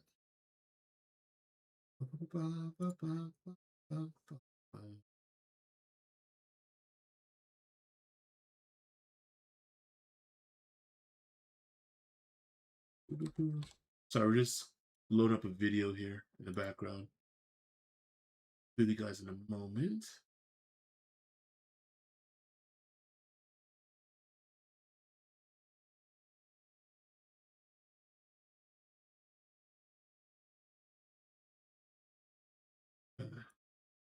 Okay, I think we're back. And oh yeah, do you have any hair tips? That's like the thing I've been. Oh, hair. I see. I need to study doing more hair. For me, I do hair by trial and error. I just like make the shapes. But I saw videos where people say you should draw like instead of drawing the hair in individual strands, draw it in like a shape. So it kind of block out the overall pattern. Then you add individual strands. But when you're drawing hair, you should draw it as segments. So don't draw like individual hairs. I know there's some people who do some crazy artwork where they have like the nice flowing hair and all that stuff. But just get the basic shape of the hair down you want, and after you can add individual strands. Yeah, hair is one of those things I kind of struggle on too. But I just realized draw it in shapes, big shapes, not individual strands, if that helps. I'll show you an example. Just let me just get this video loaded again. I'll give you an example of what I mean. All right. What? Okay, YouTube's being weird. It's not playing the video, but I'll show you an example. If I'm drawing here, I'll just go right here. Let's say I want to draw her hair. I just did eyebrows, so we'll lock that later. I'm just gonna get a drawing brush here because I have my brush that fills in the paint. So a brush, we'll get black. Yeah. Okay. So for example, I want to draw her hair, right? You see that? What's going on here? Okay, yeah. So you want to draw her hair. So what I would do is block it out. So we're gonna draw this part of the hair. So you'll draw it in shapes and you'll block it out. For example, that's part of the hair. Where it comes up there. That's back of the hair. And she's wearing a hat, obviously. So like kind of block out the shapes. That's her ponytails. Then you go back in and you fill it out and you make it look nice. So say you had to start off here, right? Oh, hello, Minikube Blah. Let's say you want to make this look more detailed. So now that we have that done, below your opacity, then you slowly add strands to make it more like, more detail. So you go in smooth. Oh, next layer. You go in, smooth that out. This is really rough. You might have a strand come off here or there. This is how I would do it. Break it up there. Might have a strand come off here or there. You know what I mean? It's like, oh, kind of like that. That's how I'll break hair down. Keep it simple and slowly add detail. Like if you're drawing hair, I remember when I used to start off drawing when I was super young, like, oh, I'm going to draw the hair. So I'll just do one strand by one. Like, oh, yep, that's how I draw the hair. You see, that doesn't work. So draw in shapes, not just like strands. That would be my suggestion. Get the overall shape, then you can go in, like add details like you want to make it look like it's broken up. You can go in there, add a little strand here and there. Stuff like that. Just give the illusion of hair. It's like drawing teeth. You don't draw every single individual tooth. You can, you make it freaky, but usually you don't. You just draw the overall shape. But as a person who still needs to practice drawing more and studying, those are just some small tips what I collected over the years. But yeah, I need to do some more serious, intense studying and drawing, especially drawing more organic things. So I want to like practice drawing like stuff like vehicles and cars, just to expand that knowledge, and honestly studying human anatomy. Would you say that art fundamentals are important to learn? Yes, I would say that 100%. I know it sounds boring, and it's the answers people don't want to hear, but it's the same thing that I find true. And as I get more into art, it's like, it's true, you gotta learn art fundamentals. Learn about proportion, anatomy, the fundamentals. You know what? Draw out those figures, block it out, draw out the figures, learn how things work. Because once you have that understanding and knowledge, how the limbs connect and the anatomy, it makes it so much easier to draw things and post things. Not only that, get to a point where I'm not that point yet, where when you know your anatomy so well, you can draw any pose from any angle. So I would recommend studying anatomy and looking at hands, drawing a bunch of hands. Look at feet, draw a bunch of feet. For me, I know I suffer with the skull shape and facial expressions. I won't get better at that. So I'll recommend drawing like 100 faces or something. Just study what you want to draw. Because you can't draw what you don't know, right? So that'll be my tip. Like, I've been in a hiatus. I haven't been as active with art. So I'm kind of rusty. And it's like, the first piece I've actually worked on and about to finish. But I want to get back into doing drawings. Not every drawing has to be perfect. It takes 1,000 bad drawings for you to get one good drawing. Well, some people just do amazing drawings each time, but I'm not that guy. I wish I was. And I'm slow. I want to get faster, so yeah, stuff like that. You just gotta just do it. The more you draw, the more you get better at it. Alright, what we're gonna do now? We're gonna For some reason my YouTube video is not playing. I don't know why, that's being weird. I want the cookie, that's crazy. Feel free to follow. Alright, we're gonna do okay, we did some eyes, eyebrows. Now we're gonna do the gloves. We're almost done getting our base color. And after this, I'll probably do another stream because I don't want to spend too late because I have to get up for work in the morning. Yeah, fun times, right? Get that money, support my dreams and ambitions. So we're gonna do basically fill all this color in, and once we do that, then we'll come back, we'll add all the details, add the texture and the shadows and all that stuff, and the highlights, the fun stuff. But yeah, we're just gonna get all the base stuff in. So right now it's super flat, but we'll make it look real good and render it real nicely.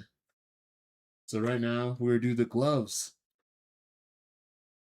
I don't know why my YouTube video is not playing. That's taking forever. That's crazy.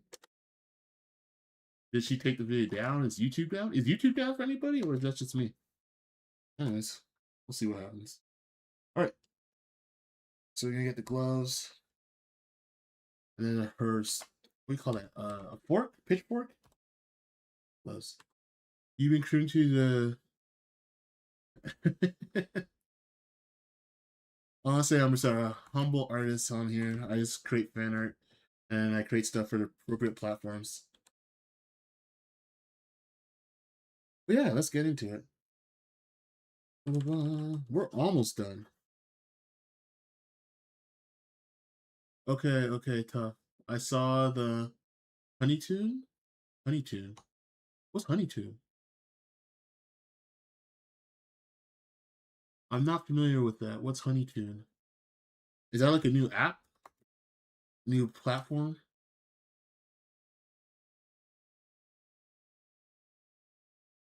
I know of Toon. Oh, Webtoon.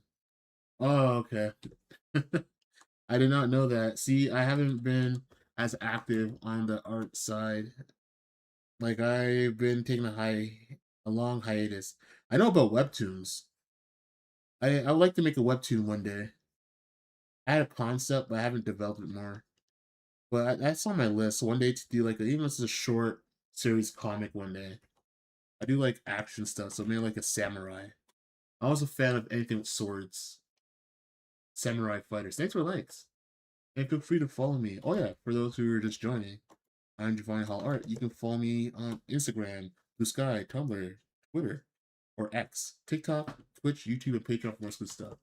Yeah. Thanks for following. Appreciate that. But yeah, doing a webtoon one day would be a goal. You be drawing too? What kind of art you do? I like to do fan art, but I want to start creating personal stuff or my own OCs. When I was younger, I used to create a lot of OCs. But I find like, honestly, you have to be more consistent, but I find like it's easier to slowly build up your platform, I guess, doing fan art. Eventually, I do want to create more of my own OCs and characters and introduce them. But fan art's fun. It's really easy because you have a reference there, and it's like, oh, this game came out or this show's out. Create fan art for it. It's kind of an easy go-to. Nothing wrong with creating fan art, but I do want to create original characters and story and tell stories. That's one thing I want to do. Do some animatics and get back into animation. But animation takes time and it's expensive. I have so much ideas. Storyboarding will be ultimate goal. Be a storyboard artist one day. I feel like to be a storyboard artist, you have to be really exceptional well at drawing and your skills. So when I get to that level, then maybe one day, I'll be able to tell the stories I want to tell more efficiently. I just bought Undertale. I keep hearing about that game. I have an acquaintance who told me about that game. He's playing the second one, Deltarune or something like that. I haven't played Undertale, but I had some friends and a lot of people recommended it to me. I did download it on PlayStation, Or is it on PC? I can't remember. I had it download somewhere. It was a free version, something like that. So maybe I will play it one day soon. No, it's for PlayStation, but my subscription is not active. PlayStation's kind of being bummy right now. I'm not liking the direction they're going in their physical media. It's on sale right now, $2.99 Steam. Okay. Yeah, I have it on PC or something like that. Maybe I'll get it for Nintendo Switch. Could be cool to play that on the go. But I heard it's a really good game. And one guy made it. So, yeah. No, I heard a lot of good things about that game. But I never actually got into it. But people swear by it, so it has to be really good. There's so much games I have to play that are in my back catalog. Like, I like games like Final Fantasy and fighter games like Street Fighter and stuff like that. But I have Stellar Blade. I still gotta play that game and beat it. I still have Pokemon Pokopia to beat still. Or Pokopia or Pokopia. Toby, yes. That's the guy who makes the music, right? Toby Fox? Did he create the game himself too? And did the music? Or was that two different people? I remember familiar with the name Toby Fox. So I remember I think it was for Minecraft or something. He had some really interesting music. I didn't know it was like video game music. Like, this is really relaxing. I really liked it. Toby Fox. Oh, so he's a game creator and a music guy. Nice. He made, yeah, see? Independent. One day he'll like be independent, create like a small short series or even a short little animation series. You know what really inspired me? Oh, what's his name? I'm forgetting the name right now. I'm doing more talking than drawing. Oh, what's his name?